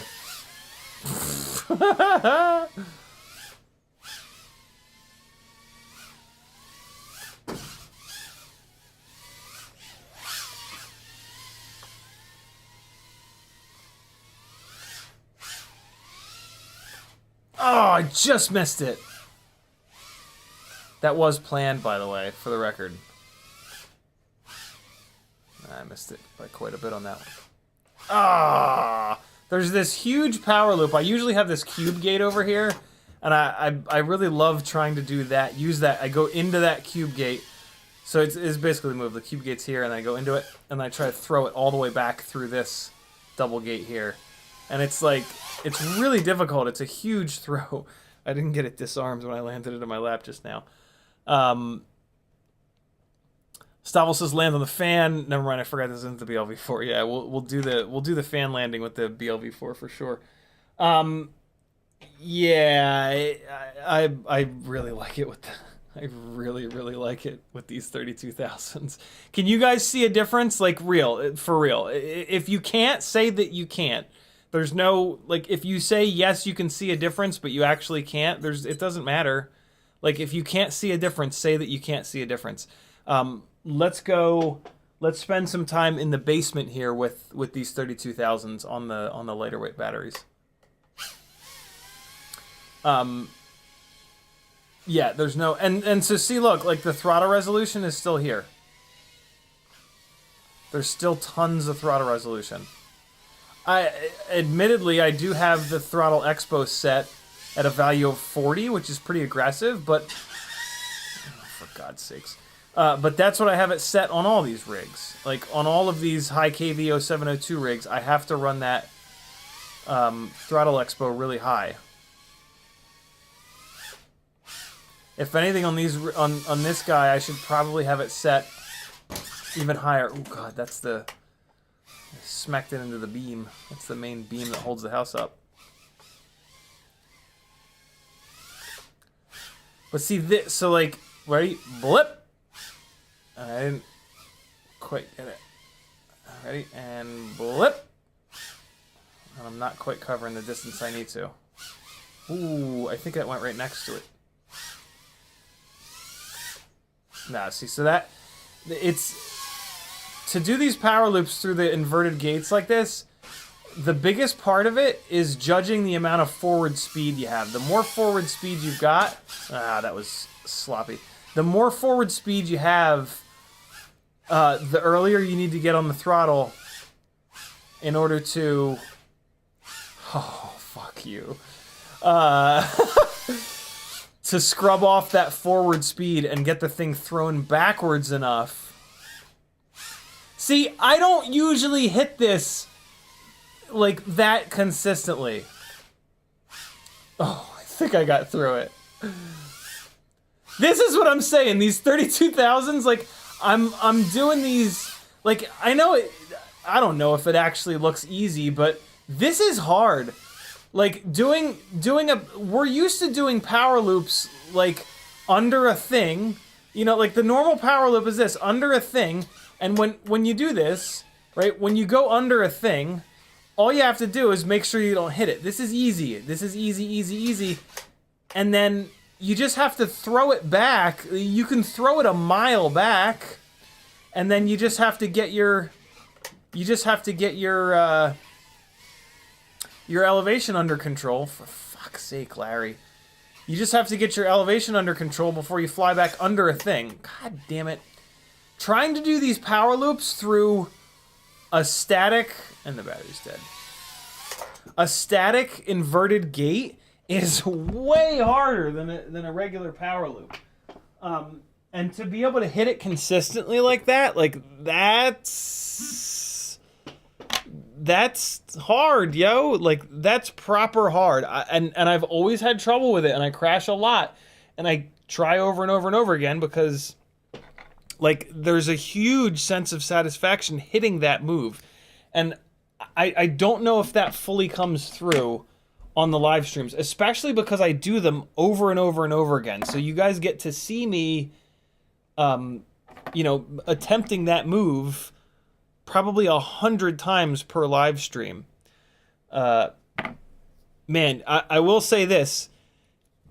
These 270 mAh batteries, they do not bounce back up nearly as much as the 300s. So careful. If you fly them down to the low battery land now warning, these are going to be sitting at 2.5 or 3.5 volts per cell, and you don't want that. So yeah, battery management is going to be a little bit different on these smaller mAh batteries.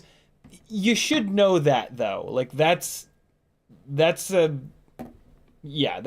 way smaller batteries are. That's the way lighter weight batteries are. You got to pay a little bit more attention. So yeah, you should kind of already know that. But for the record, keep that in mind. Now I got this one back up to 3.8.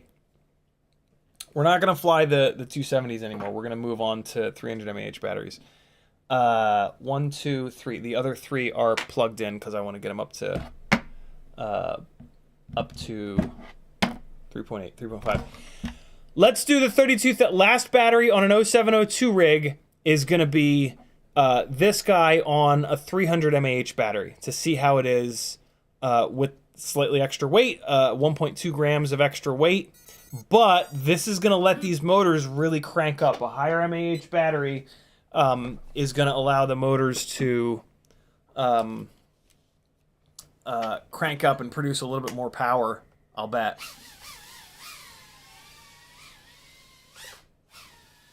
Oh my god. It's just... There's a real explosion of power. It's really exciting. All right, let's do a big full room power loop with this. I'm gonna try to not crash it up here. Oh, that float, bro. What the hell? I went backwards through that fucking cube. I went backwards through here. Yo. Oh my god. And it catches, yeah, okay. All right, so the 270 mAh batteries, I think, are for, the lower kV. The lower kV motors. All right, let's get downstairs before I... Oh, wow. Yo, that's legit. Okay. I mean, that's good. I have a ton of these 300 mAh batteries. And I mean, the 270s are fine. The 270s are probably better down here. Although, at a gram and change... Oh, come on now. At a gram and change, you should pick which batteries you're going to fly, because that is enough of a difference that it'll affect your accuracy in flying. Yeah, these 32,000s. are fucking crazy. Ah, school denied. Oh, that was weird. I got a little confused as to did I want to do a roll through there or a Matty flip or what? Ding. Oh god, I got confused again. One of my favorite things ever is hitting 2 Matty flips in a row. But I don't, like, that was a little janky. Like, I like to do it really smooth, and my god, is it hard. So, like, ideally what I want, let's see if I can get this before the battery's shot, is, and then just to drive right back up into it, like, just one big circle. But man, is it difficult. Uh-oh.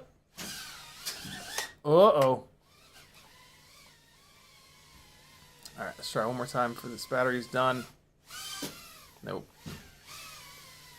It's tough. I've gotten it a couple times. I haven't really been working on it very much,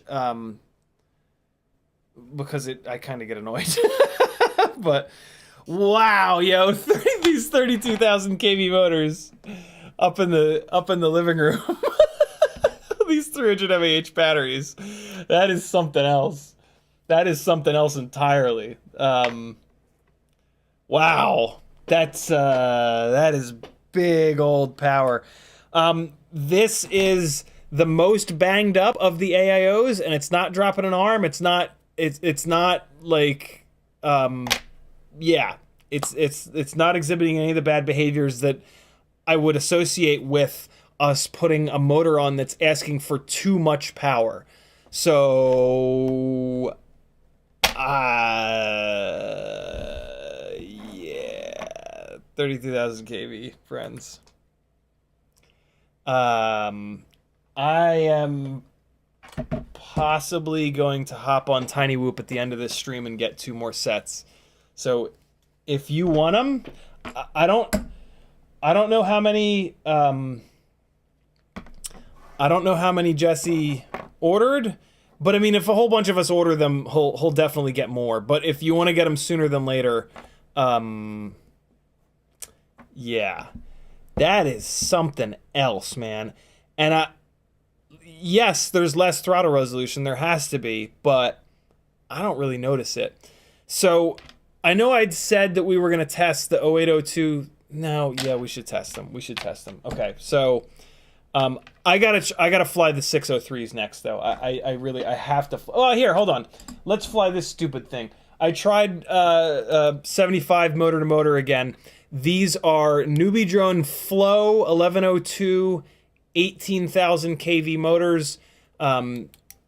Yeah, and then these are the brand new WeBleedFPV folded cell 450 mAh batteries. Let's just get this out of the way. This will be quick. I don't like these 75mm rigs. But this maybe could be a good jungle gym basher. But I'll show you really quick how it flies in the house. I'm not even going to take it upstairs. I guess I'll take it upstairs. Just for a second. Admittedly, this is a pretty heavy, but why is the battery at 3.8? Why is the battery at 3.8? I didn't fly the battery. Why? Did I fly the battery? Maybe I flew the battery and I didn't realize it. Come on, please, just... Oh, it's my fault. Alright, come on. There we go. Get out of failsafe, please.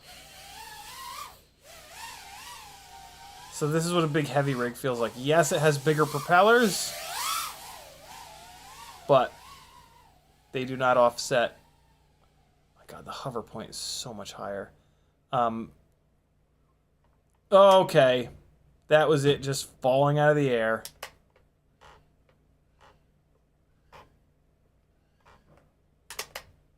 And it barely has the power to turtle mode. I don't know. This is a newbie. I mean, look at the tune. The tune's all jingly and jangly.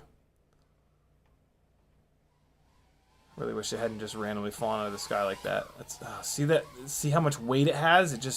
it carries its weight in the corners. I mean, you can still do stuff with it, but there it is, falling out of the sky again. This is a very old and very used Newbie Drone V1 MPU 6000 board. So there you go. There's some 75mm content for you. These batteries are great. These batteries are great. I will give them that. But it's a heavy battery. I would get good long run time with this, but not interested in the Module 7 stuff. Okay. 0603s. Ready? Here we go. I'm very excited about this. Very, very excited. Denzel the Turbo says, all I see is CiottiFPV flying way better than me, and I feel sad. It's taken a long time. Dan, don't feel bad. CH3 says, more cursing, less monetizing. Yeah, I mean, trying to not curse typically only lasts a couple of minutes for me. So don't you worry. Or a couple of days at the very least. I'll be dropping F-bombs and C-bombs before you know it. Hold on. Let me get these motors unplugged. And we are going to put this thing onto 0603s. And I can't wait to see how it is. Wait. This rig, this AIO, has terrible runtime. Man, I can't wait for that. I got to do this get FPV order to get the other AIO in. I want 3 AIOs that get roughly the same runtime. Let's just talk about 603s today from a flight characteristics and power standpoint. Let's leave the runtime discussion for another stream. The reason that I say that is on this AIO, the runtime is always lower. So we're not going to really get to see whether or not these 603s are efficient or not here, because the runtimes are going to be artificially short. But we also haven't determined that on these 32,000 kV motors. These might get significantly less runtime than the 30,000s or the 28,500s. I highly doubt it, but you never know. There is a point where in RPM where you've spun a propeller beyond its efficiency window, and you will see a sharp drop off in efficiency. We're not going to be able to tell that today. We're just going to focus on flight characteristics for the time being. And quite honestly, we're towards the end of the stream, and I just want to fly these 603s. I'm just dying to know how they are. So more testing is necessary, but for right now, we will forgo that want and desire and just put this thing up in the air. Why won't this? Is this a different frame? What's happening here? No, it is the same frame. Why does it seem like the hole in the back of the frame is so much smaller all of a sudden? Right, because it is. Because I've been building... Well, that's interesting. No. Is it? Yeah, it is. The hole in the back of this... So these Meteor 65 frames are very slightly asymmetrical. The battery bay sits a little bit different. You can tell by the little pointer here versus the rounded edge thing there. And yeah, this big BT 2.0 lead that is soldered at a 180 degree angle, it doesn't want to fit through the other side, which is kind of interesting because I swear to God I just had it on the other frame. I swear I had it going through the opposite side, but whatever. I'm just talking silliness. All right, yo. Here we go. Coming in hot. Is that a thing that people still say? No? All right. That's fine. I'm okay with that. Just me? Yeah, okay. Well, fuck you too. There it is. There it is. We dropped the F-bomb. Cannot go a stream without it. Demonetized. Not that I monetize these anyway. Although, actually, I did, with the Newbie Drone BLV4 streams, I did actually monetize them because there's a chance that those might get some actual views and I could maybe make some money off of them.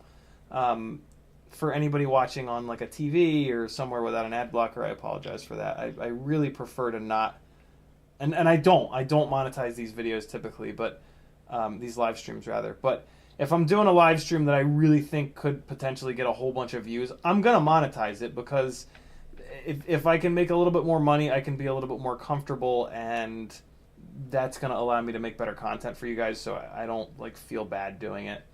Feel as bad doing it, I guess I should say. All right, yo, here comes some 603s. I'm just gonna put these directly on. Nah, I'll put them on bi-blades.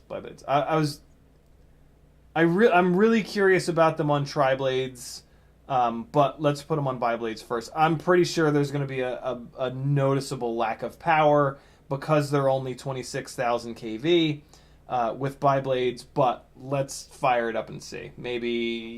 Maybe it'll turn the bi-blades harder and make up for the fact that it's a lower kV. I doubt it. I've been down that road so many times.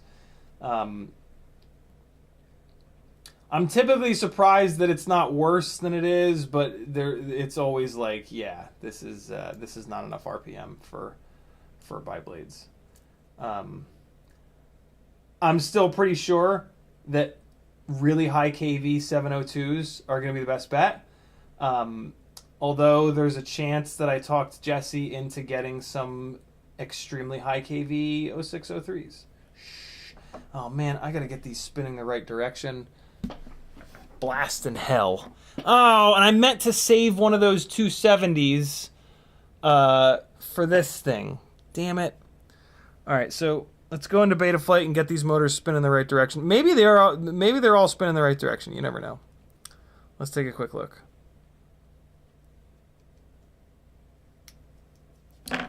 Did I say beta FPV just now instead of beta flight? I think I might have. That's a weird mistake to make. Joshua was talking a bunch about beta FPV though on his stream.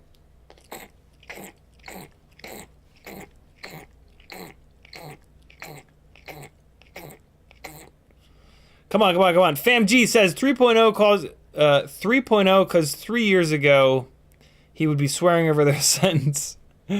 CiottiFPV is going to have a family channel, the Gangly Fam. I wouldn't say that, but trying, man. Trying. Wizard, start spin. Here we go. Whoa, why are these motors making that noise? Motor 2 is wrong. Motor 1 is right. Motor 3 is right. Motor 4 is wrong. These motors are making a very strange noise. I gotta figure this out before I put them up in the air.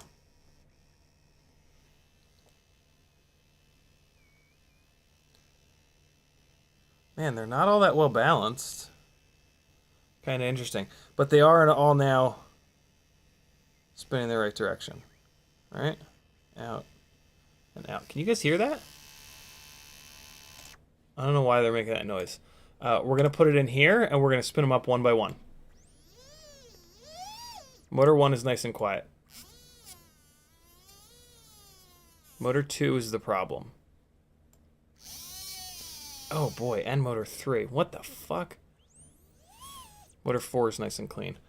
So, problem could be the motor leads rubbing against the motor bell. But no, that is not the problem. What is going on with motors 2 and 3? Let me take a quick look with a little 5X loop.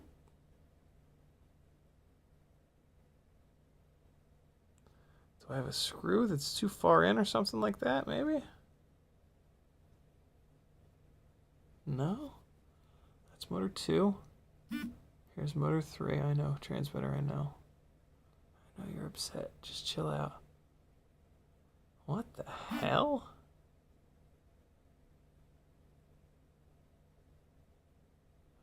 Wow, that's a really weird sound.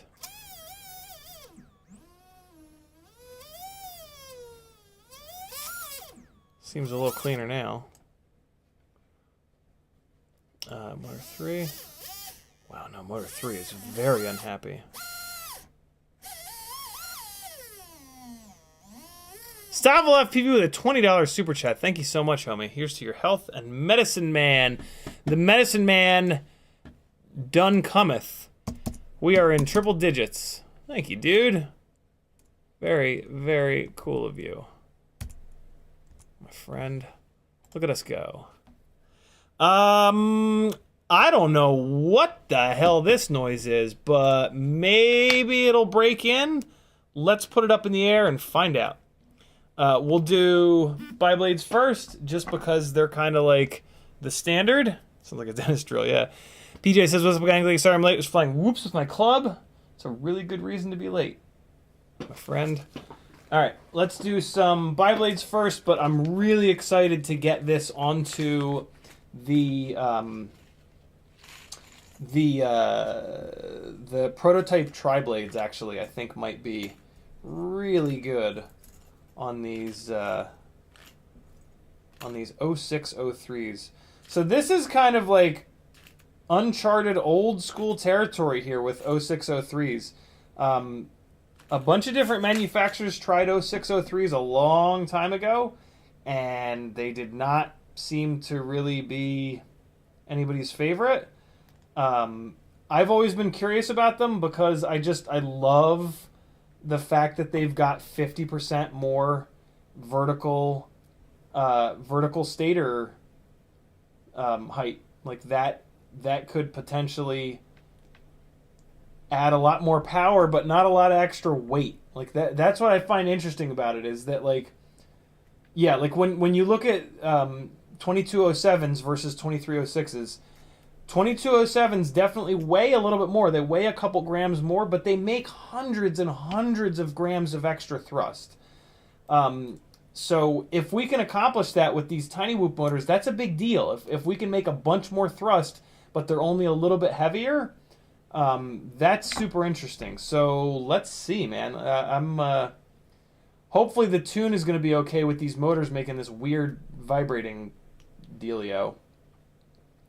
I'll let you know in a second. Let's see what's what, yo. Here we go. 0603s. Look at this. Hold on. The up tilt is... Well, no. The up tilt is low as it'll go. That's right. It's... No, I got a little bit less on there. It's hitting into the... This is my only Mobula 6 ELRS AIO that still has the ceramic antenna on it. Flies fine.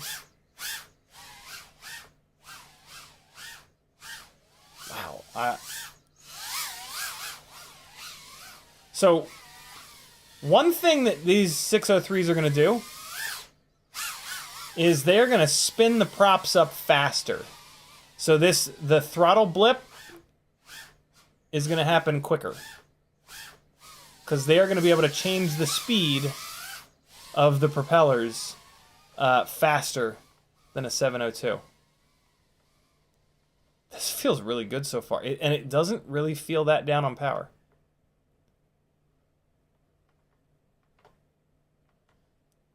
Wow, this feels really good on these bi-blades. Oh boy, get me out of here. This battery, on the other hand, is kind of hurting. I mean, it is more stator volume, so it is going to be harder on the batteries. Man, I would never guess that this is only 26,000 kV. Oh, fan's coming close.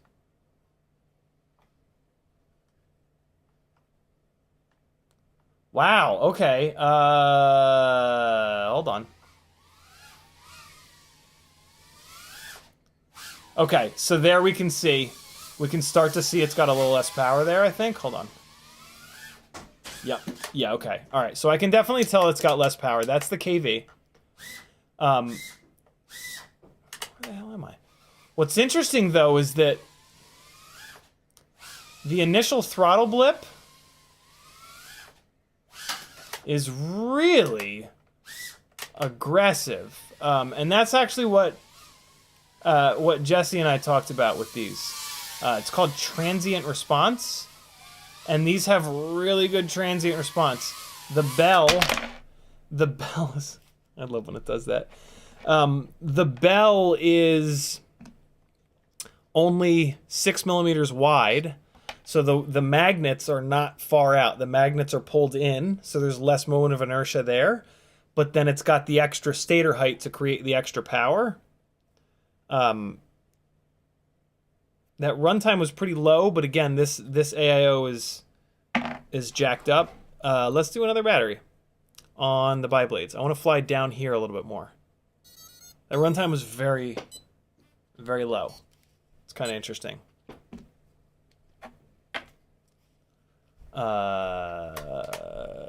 This battery is only at 4.16 though.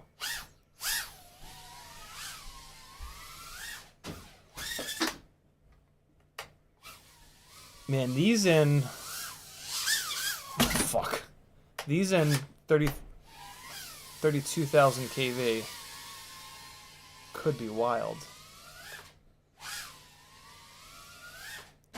So I'm having to hang on the throttle a little bit longer.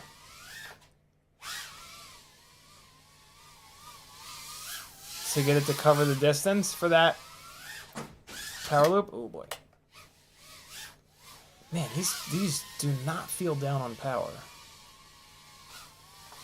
So one of the things that does happen, and the reason why I did decide to run these on the bi-blades, is that when your stator volume is very low, like the 0702s,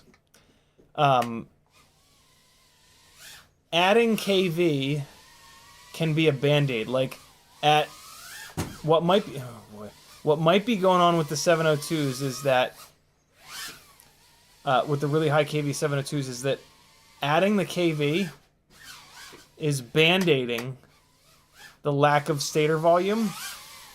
So even though these are only 26,000 kV, they, oh, that was a hope and a prayer. They, because they have the extra stator volume, they are able to turn the prop, like, harder. So, like, an equivalent 26,000 kV 0702 might not have the stator volume to crank this propeller up to that full 26,000 kV RPM, whereas these do, because these have the extra stator volume. But then with the 702s, we've got the 30,000 kV, and that additional kV is going to make more power. But I actually kind of like that situation better because the 702 is a lighter motor. But the benefit of the 603s is going to be that transient response, that extra grunt, its ability to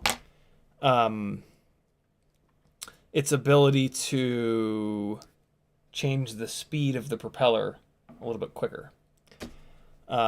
Michael D with a confusing question. He says, can 0702s be made with taller stators?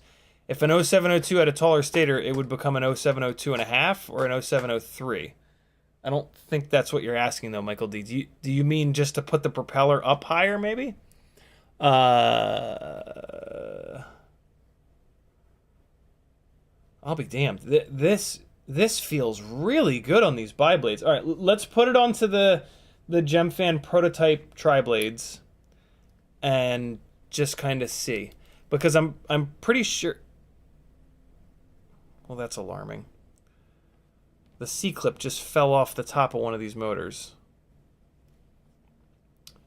That's not something that I've seen happen before. Hold on, I gotta fix this. That was a little weird. Okay. Strange.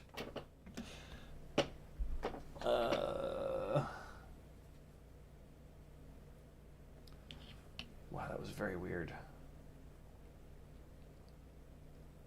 I don't know how or why that happened. Man, dealing with these C-clips. It's doable, but it is a pain in the ass. All right, let's see if I can get this on here. I have a million replacements of these. So if this goes shooting off into Never Never Land, it's actually not the end of the world, but let's see here. Never, never to be found again land. Oh, okay, so that's the problem. The C-clip is either broken or, I mean, it's just like completely loose on the shaft there. So that would be why it fell off. Strange. Very strange. Okay, so yeah, this C-clip. Let me take off a couple of the other propellers and see if those C-clips fall off with them. This is odd. I've never seen that before, like I said. Let me grab one of the other C-clips that I have and see if I can sneak it in there. Man, these props fit on here really tight. These motor shafts on these 603s are ever so slightly thicker than what I'm used to. Nope, the other C-clips look fine. I think it was just that one. All right.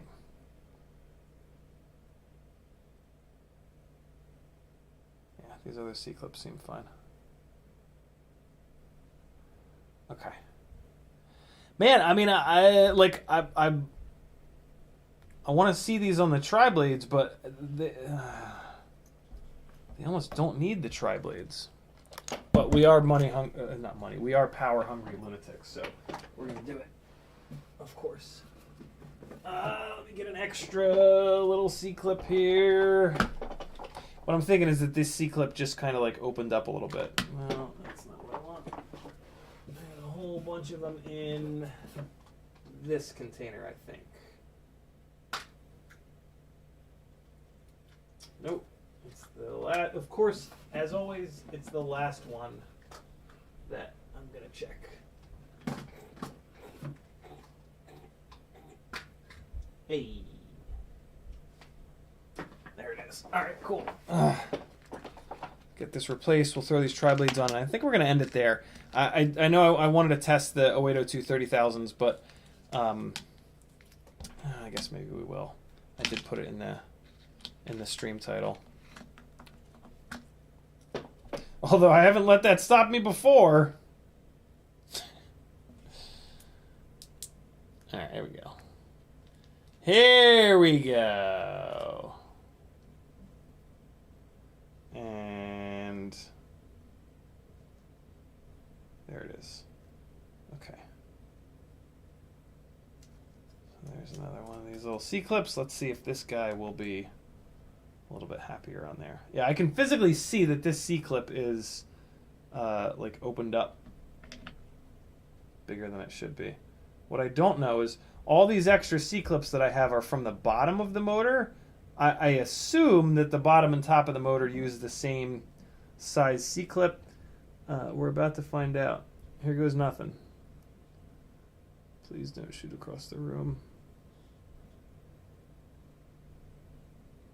I put my finger here to kind of prevent that from happening, and we're good to go. And that fits on there nice and tight. All right, cool. Crisis averted.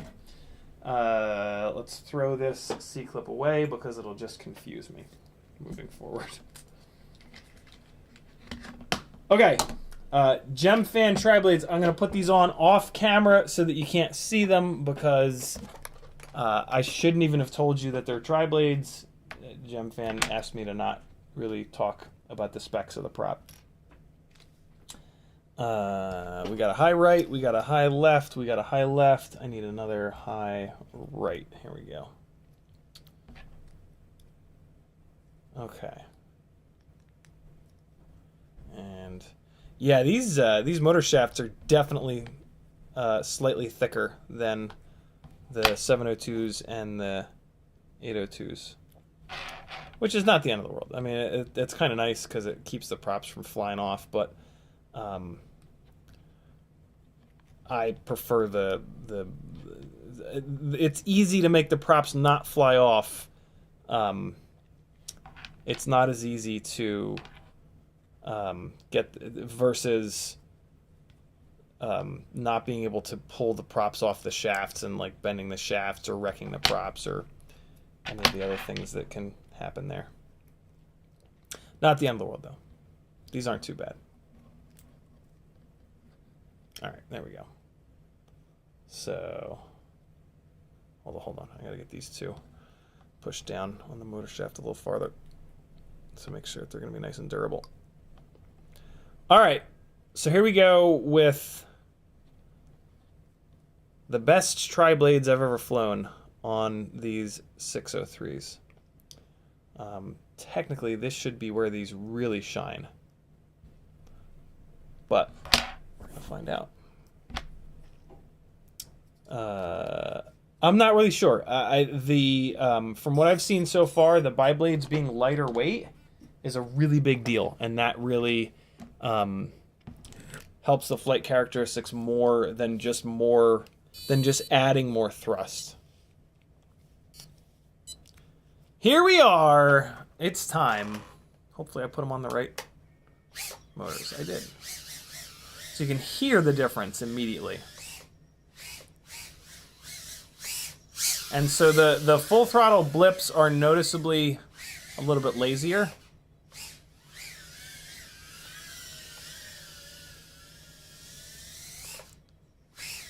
Whew.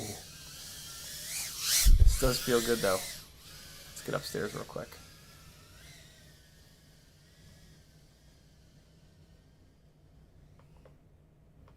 That was a big throw. Whew! Didn't plan that one. Oh, I waited a little too late for that. That was my bad. I waited a little too late. I was just really cheating how late I could add throttle to keep it off the ground.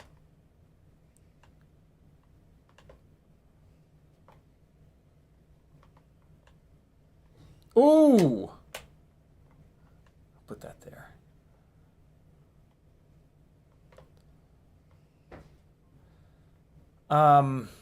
Interesting.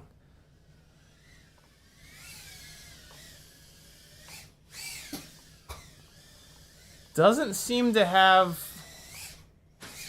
This is like what happens to me every time. I go from the bi-blades to the tri-blades, and it really doesn't seem to make much more thrust, if any. Yeah, I don't know. I think I like it better on the bi-blades.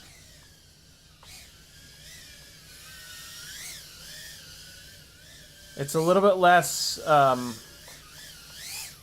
it doesn't slide around as much, it's a little more grippy, which I don't like. I really like the slidiness of the bi-blades because it's a tiny whoop and it's so light anyway. I think we need that slidiness to get those momentum moves going. Ooh, I don't know. That's interesting. Let's do another battery. I'm tempted to switch it to a different tri-blade. The quad blades are just way too heavy. The quad blades they don't make any sense. They're only for if you want to bring your noise level down.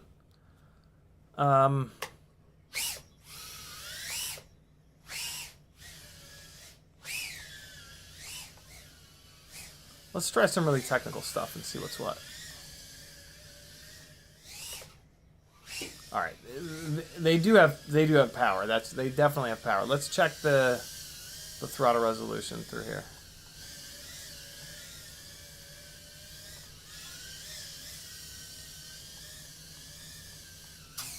I think the core temperature thing is more of an issue because of that weird, like, noise that we were hearing when the motors were spinning. I think the motors are, I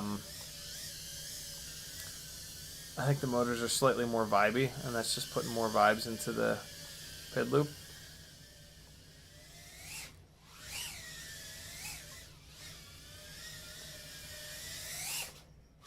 Oh, that's a cool little line.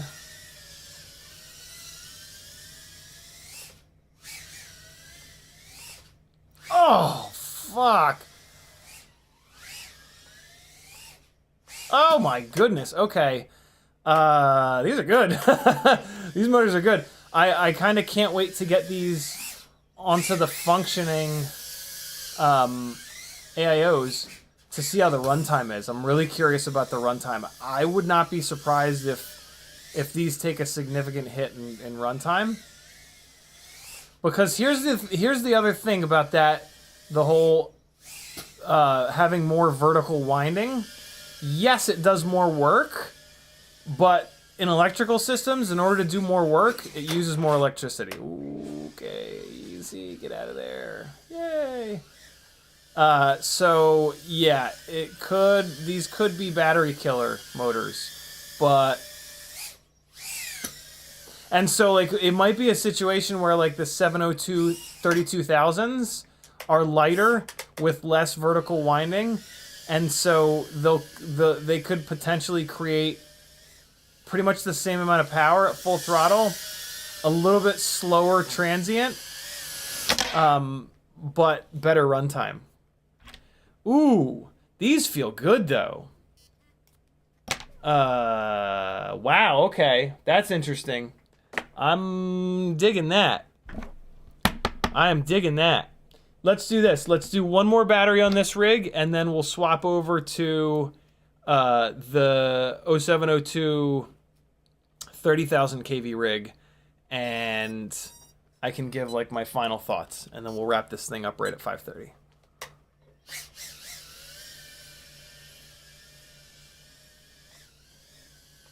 Oh, changed my mind at the last second. Ah! I thought I could cheat that. Ah! A little short.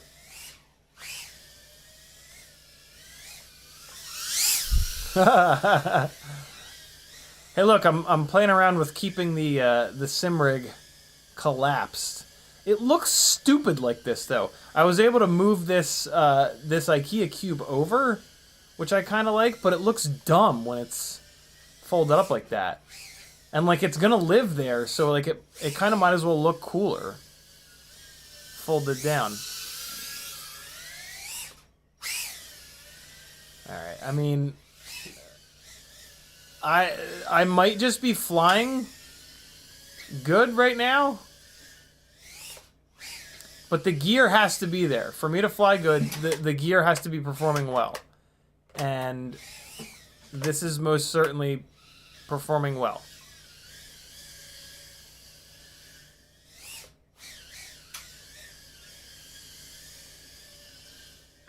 Oh, you fart bag bastard. Ah, oh, you son of a bitch. When it gets into ground effect halfway through trying to go under the coffee table, it sends me up a little bit. Ah! I don't know if I'll ever be able to do that trick consistently. Let's try the impossible power loop. Haven't done it in a while. Okay. One more time. Core temperature warning is very annoying. Oh, God! That's the problem with the impossible power loop. I end up crashing on the goddamn workbench area. Try one more time. Oh! There is no trick more satisfying than that one. There really isn't. Like, the stakes are kind of high. I could hit myself in the head. I could knock all my tools everywhere. Everything. I got all kinds of shit, like, you know, piled up in front of the work area.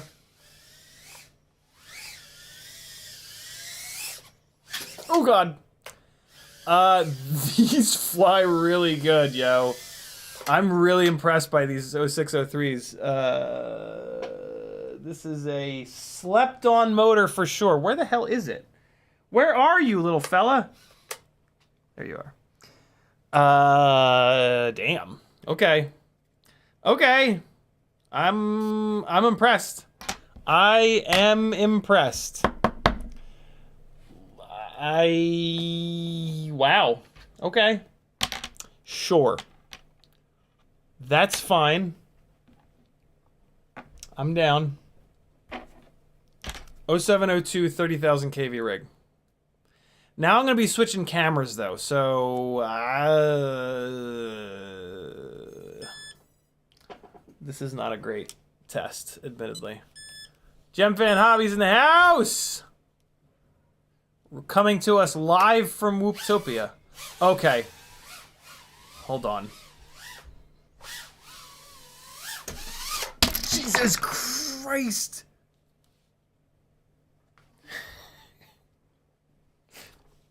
Hold on.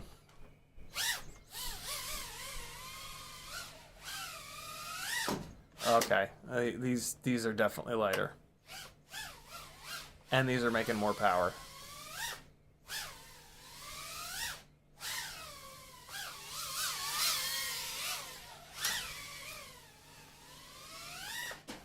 Oh my God. Okay, yeah, these make significantly more power. 4,000 extra kV will do that. And I notice that these are lighter. Those 603s are fine, don't get me wrong. And this is what I'm used to. Oh, I almost gathered it up. But I think I'm still an 0702 guy. More testing, of course, is needed, but this is much more lively.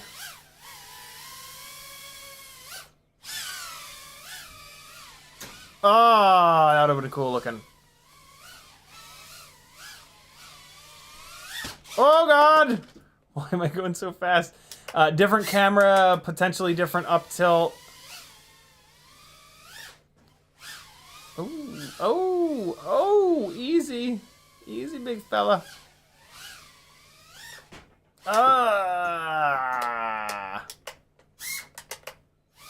Yep. Oh, God. Impossible power loop.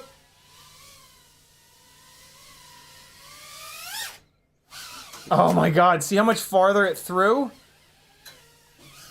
Yeah, these absolutely have more power. And now I'm also sliding around more because I'm on the bi-blades. So that's interesting.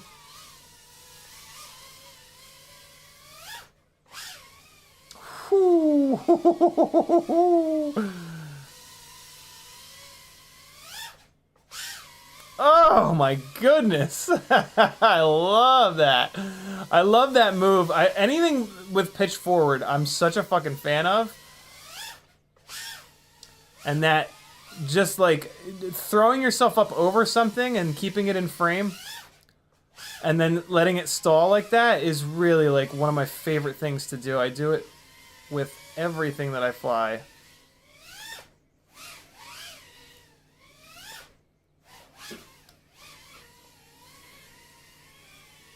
Yeah, I like these better. Oh God, that was a hard one. Just tried to cut that corner a little too close. This is tough because I'm definitely used to the 702s. So realistically, to give those 603s a fair shot, I would need to put 20, 30 batteries into them in a row. And I think I'm willing to do that. You know what? Yeah, no, I am willing to do that. I was going to say, like, oh, as long as they get good runtime, but I don't care about runtime. This is something that I haven't done with those 0603s, run that little technical drum set jib jab, but they're heavier, so they're not going to do as good of a job with that. Unless they have better unless the better transient helps it make those little quick adjustments with less latency. Transient is basically latency, to be honest with you guys. It's a different way of thinking about it, but it really is. Oh boy. Okay. 702s are still king, I think. They're just lighter. Let me weigh that rig with the 603s on it. Man, lightweight with tiny whoops, it really just it just fixes everything. Power fixes most things, but lightweight fixes everything. That was a really interesting little test. Sorry I didn't test the 0802 30,000s.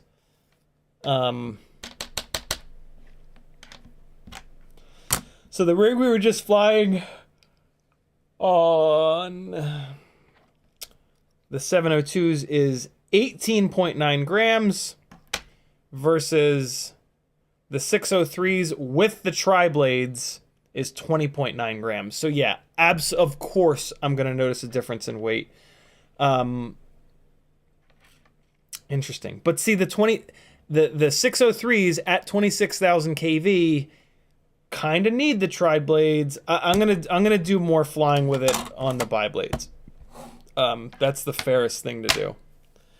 Ooh, man, that's some testing there. Do we have to fly the 802s? No, it's 5:30 already. I'm hungry as hell. We are gonna do more testing for sure, though. That's no, I put it in the stream title though. We got to test the 802s. We got to test the 802s. Hold on, I'm gonna do this real quick. Which rig do I pull apart? I'm gonna pull apart the WeBleedFPV rig. Hold on, we got to put the 802s up in the air, and I have extra batteries charged, and it really won't take that long. I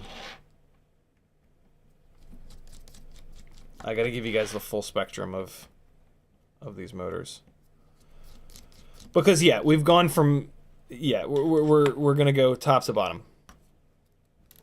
The lightest, and this is kind of nice. I just flew the lightest of the light, back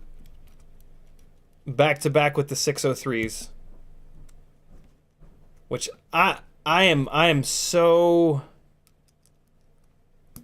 really looking forward to spending more time with the 603s. There's something there. There's something there for sure.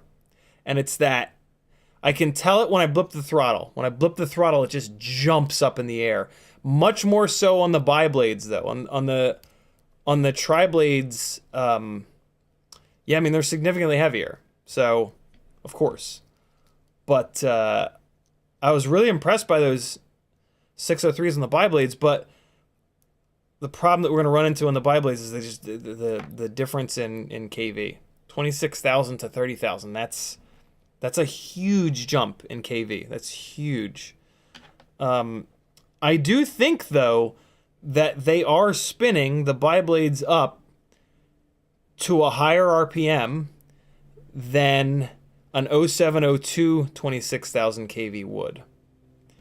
And I could technically test that, but that's kind of a waste of time, because if you're going to buy an 0702, you should buy it at 30,000 kV at least, if not 32,000 kV, and then you just motor scale it down.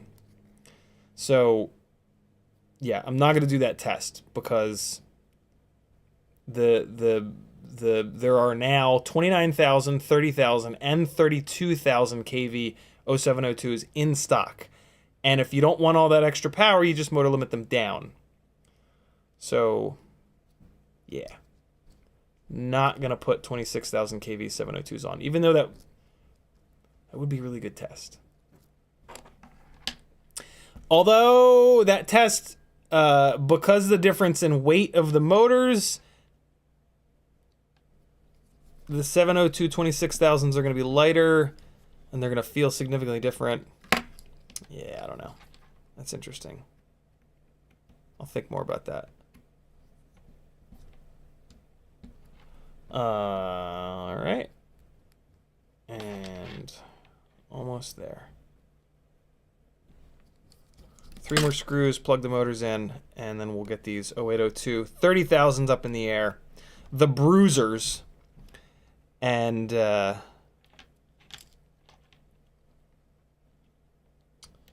guess I'll put them up in the air on bi-blades. What should I put them up? The 0802s have enough stator volume to handle tri-blades. But man, the tri-blades just feel so different. And I think they're just too grippy for me, man. I don't love them. And that's okay. Just cross-thread this. How the hell do you cross-thread that?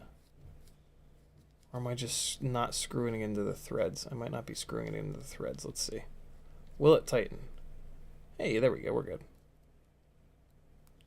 All right. EX802, the lightweight but fragile 802 30,000s. And you should be able to tell a difference. These make a bunch of power. And they've got the KV. I think a good test might be 802 26,000s. Oh, I said I was going to do that. I said I was going to motor limit these down. Hey, can somebody do the math? What's the motor limiting that I need to bring 30,000s down to 26,000? I'll fly these back to back with the 603s. That's a good test. That's a good test. That's the test I want to do. And we're going to do it on the bi-blades. Somebody do the maths for me. I got to plug this into Betaflight to make sure these motors are going to spin the right direction. Damn it. So much for doing this quickly. I got a bunch of batteries still in the charger, though. Oh, man. The batteries that I have on the charger are all 270s, other than this one. Ah, fart. So we're gonna have to do this. We're gonna have to do this testing on the 270 mAh batteries. That sucks. Do I really not have a single extra 300 that's charged? You jerk. All right, we're gonna do this testing on the 270s. We're definitely gonna put this up in the air on the bi-blades, since we're using the smaller batteries. Smaller mAh batteries. Here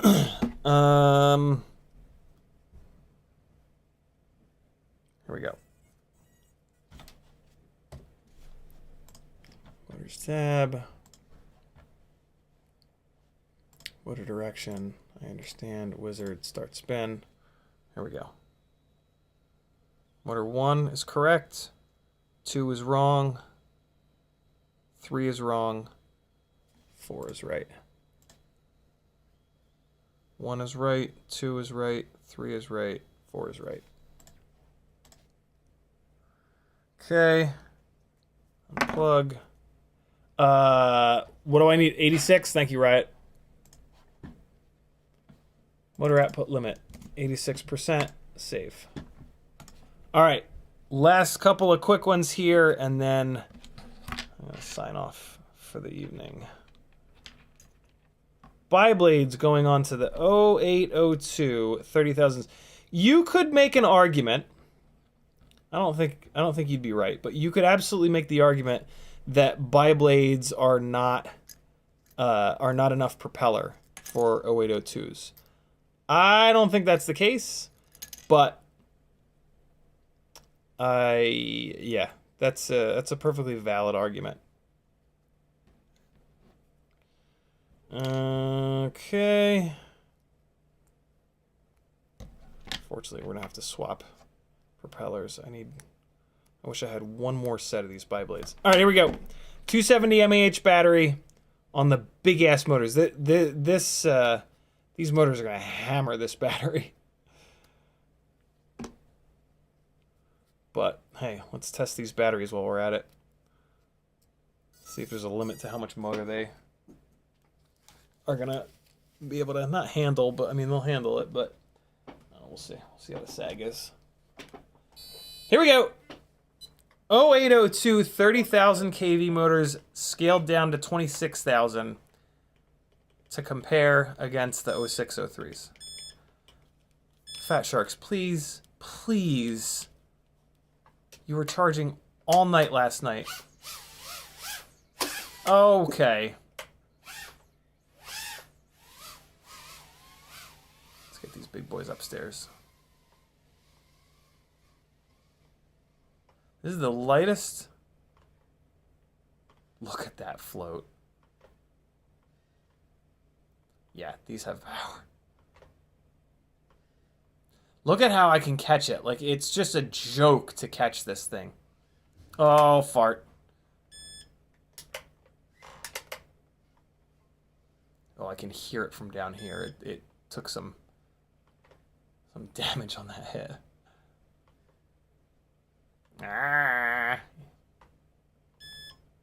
Let's do a big stall. Down nice and low. Yeah, I mean, it feels heavy with these motors, though, but I've always kind of said that. Okay. Stop it. Stop it. That's fine. Let's come downstairs.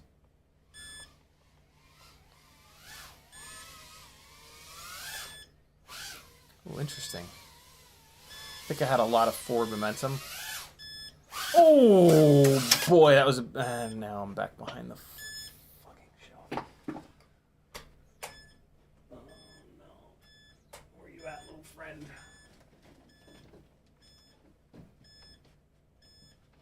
Oh, my God, Fat Shark, I fucking hate you. Sometimes. I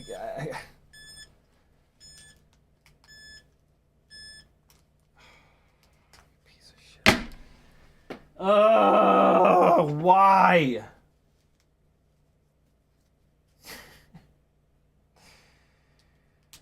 Okay, we're back.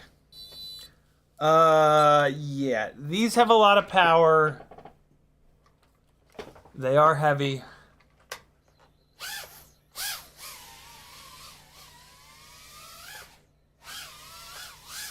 You can still do many things, but can you see, like, can you guys kind of feel the extra weight of these motors versus the 702s? Oh, God! I think I can, like, see it. Oh, boy! We backed into it. We might be able to see the extra weight in here. Oh, boy. That was my bad. Yeah, it's harder to fly in here. Could just be me sucking now, in honesty.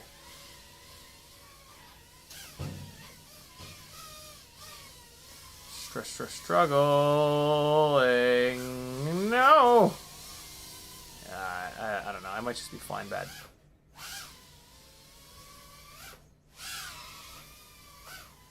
Ah, I just clipped it. No.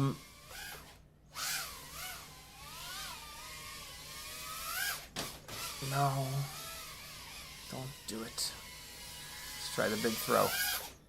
Oh, the big throw failed.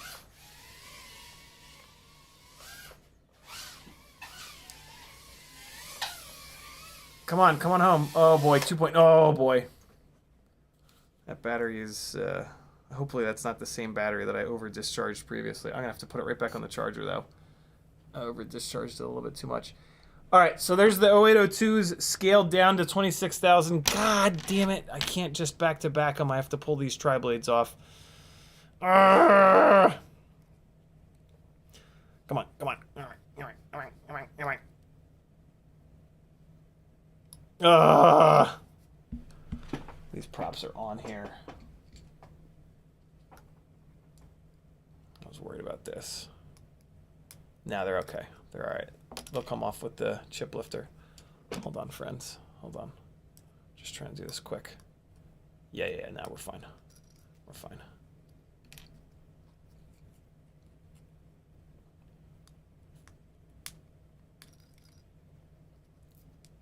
I don't think anybody in the FPV community got hit by the tornadoes in Georgia. I could be wrong, but I don't think anybody did.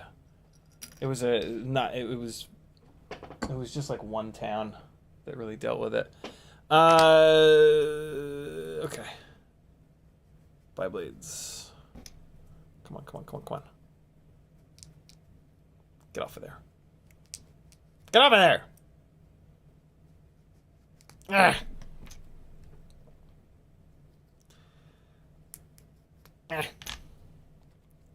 Come to think of it, the better test. Oh, man, you know, the better test would...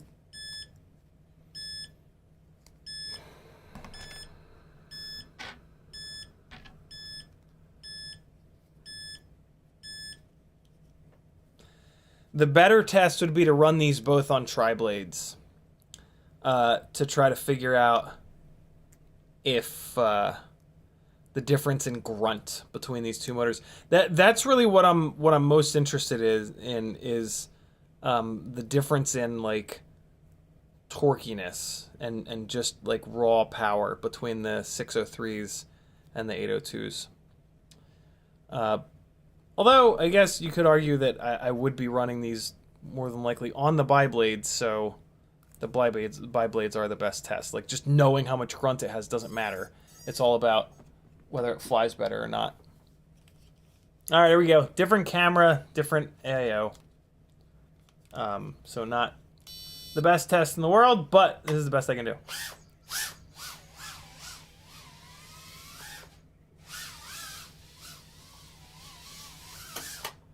Let me get it right up in here.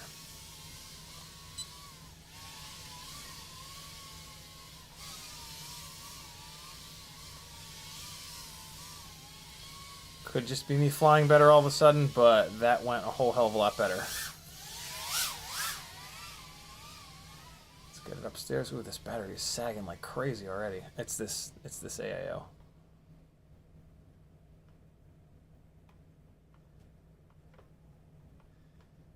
Okay, no, this definitely has less power than the 802, for sure. For sure.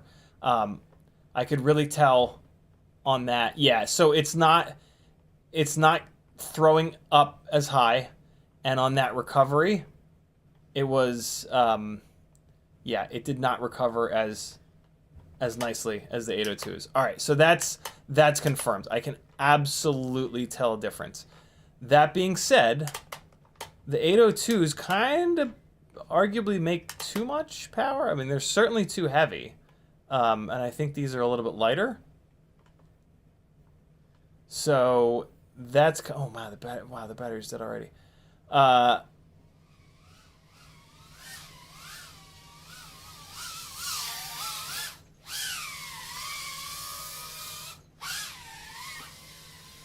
I mean, these do make good power though. Yo, we got a lot of motor options that are really good for tiny whoops right now. That's one of the big things here.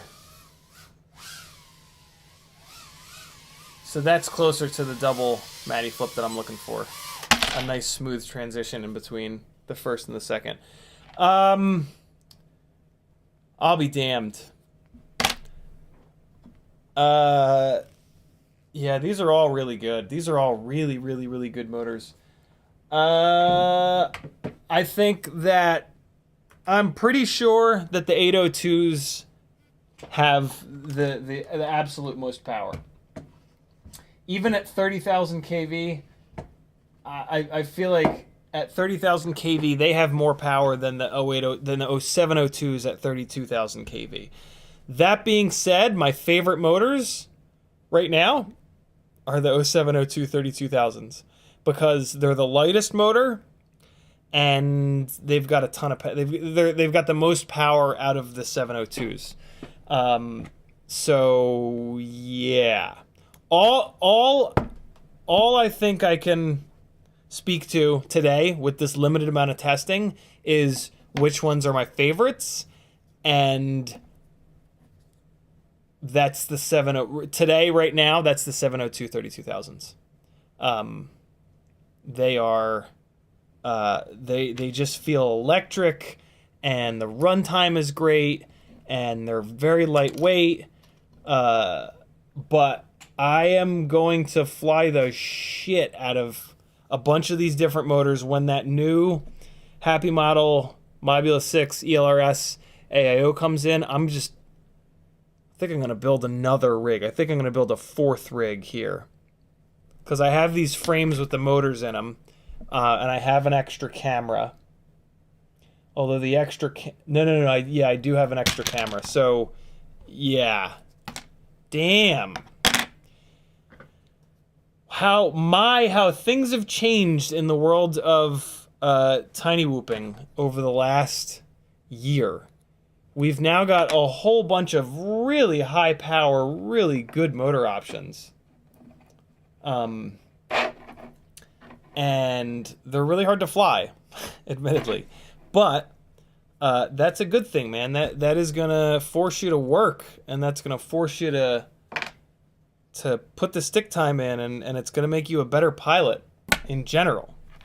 Because stick time is stick time. I know it's easy to think like, oh, well, I'm not really gonna learn anything from flying a tiny whoop when I go up to a 5-inch rig, but that's just not true. Look at SR13. SR13 FPV only flew tiny whoop for a long time. And then as soon as he started flying 5-inch rigs, he was like scary good. Scary good. So, yeah, man. Put the time in. Got lots of, and now that was back when 25,000 kV was the max that we had, and it was 0802s. Nowadays, the gap has been closed to the way that tiny whoops fly and 5-inch rigs fly. My God, I kind of wish. I was about to say I kind of wish I could tell more of a difference between them, but I can absolutely tell a difference between them. It's just I think I'm just staggered at how good they all are. The EX, I will say this, the EX 0802 30,000s are fragile. That's a motor that you're going to struggle with durability on. So I would say maybe stay away from those unless you've got like a huge space that you're trying to fly in. Then they're probably your best bet. And what's cool is you're going to break the bells, and you can buy the regular Happy Model EX 0802 25,000 kV and even 19,000 kV and just swap the bells on. So yeah, get used to doing that if you want to go with the EX motors, because you're going to bend shafts, you're going to spit magnets. If you want something more durable, 0702s for sure. Maybe the 0603s. Can't really speak to that yet though, because I've only had them up in the air for like 3 batteries. Thanks for hanging, friends. This has been motor mayhem and madness and chaos. Here's a little bit. I'm gonna put the. I'm gonna finish us off here with the flying from last night. The first couple of batteries that I flew with the 0702 32,000 kV motors. Thanks for hanging. See you guys tomorrow night at 10 o'clock Eastern. CiottiFPV.com if you like this content and want to see it continue. I rely on support from people like you. Yes, you. I'm talking to you. Very specifically. Help a brother out. Send me $3 of your dollars a month, and I'll keep doing this forever. Later, friends. Why is this not playing? Oh, right, because it's not monitoring. Be good, people. I'll see you tomorrow night at 10. Later.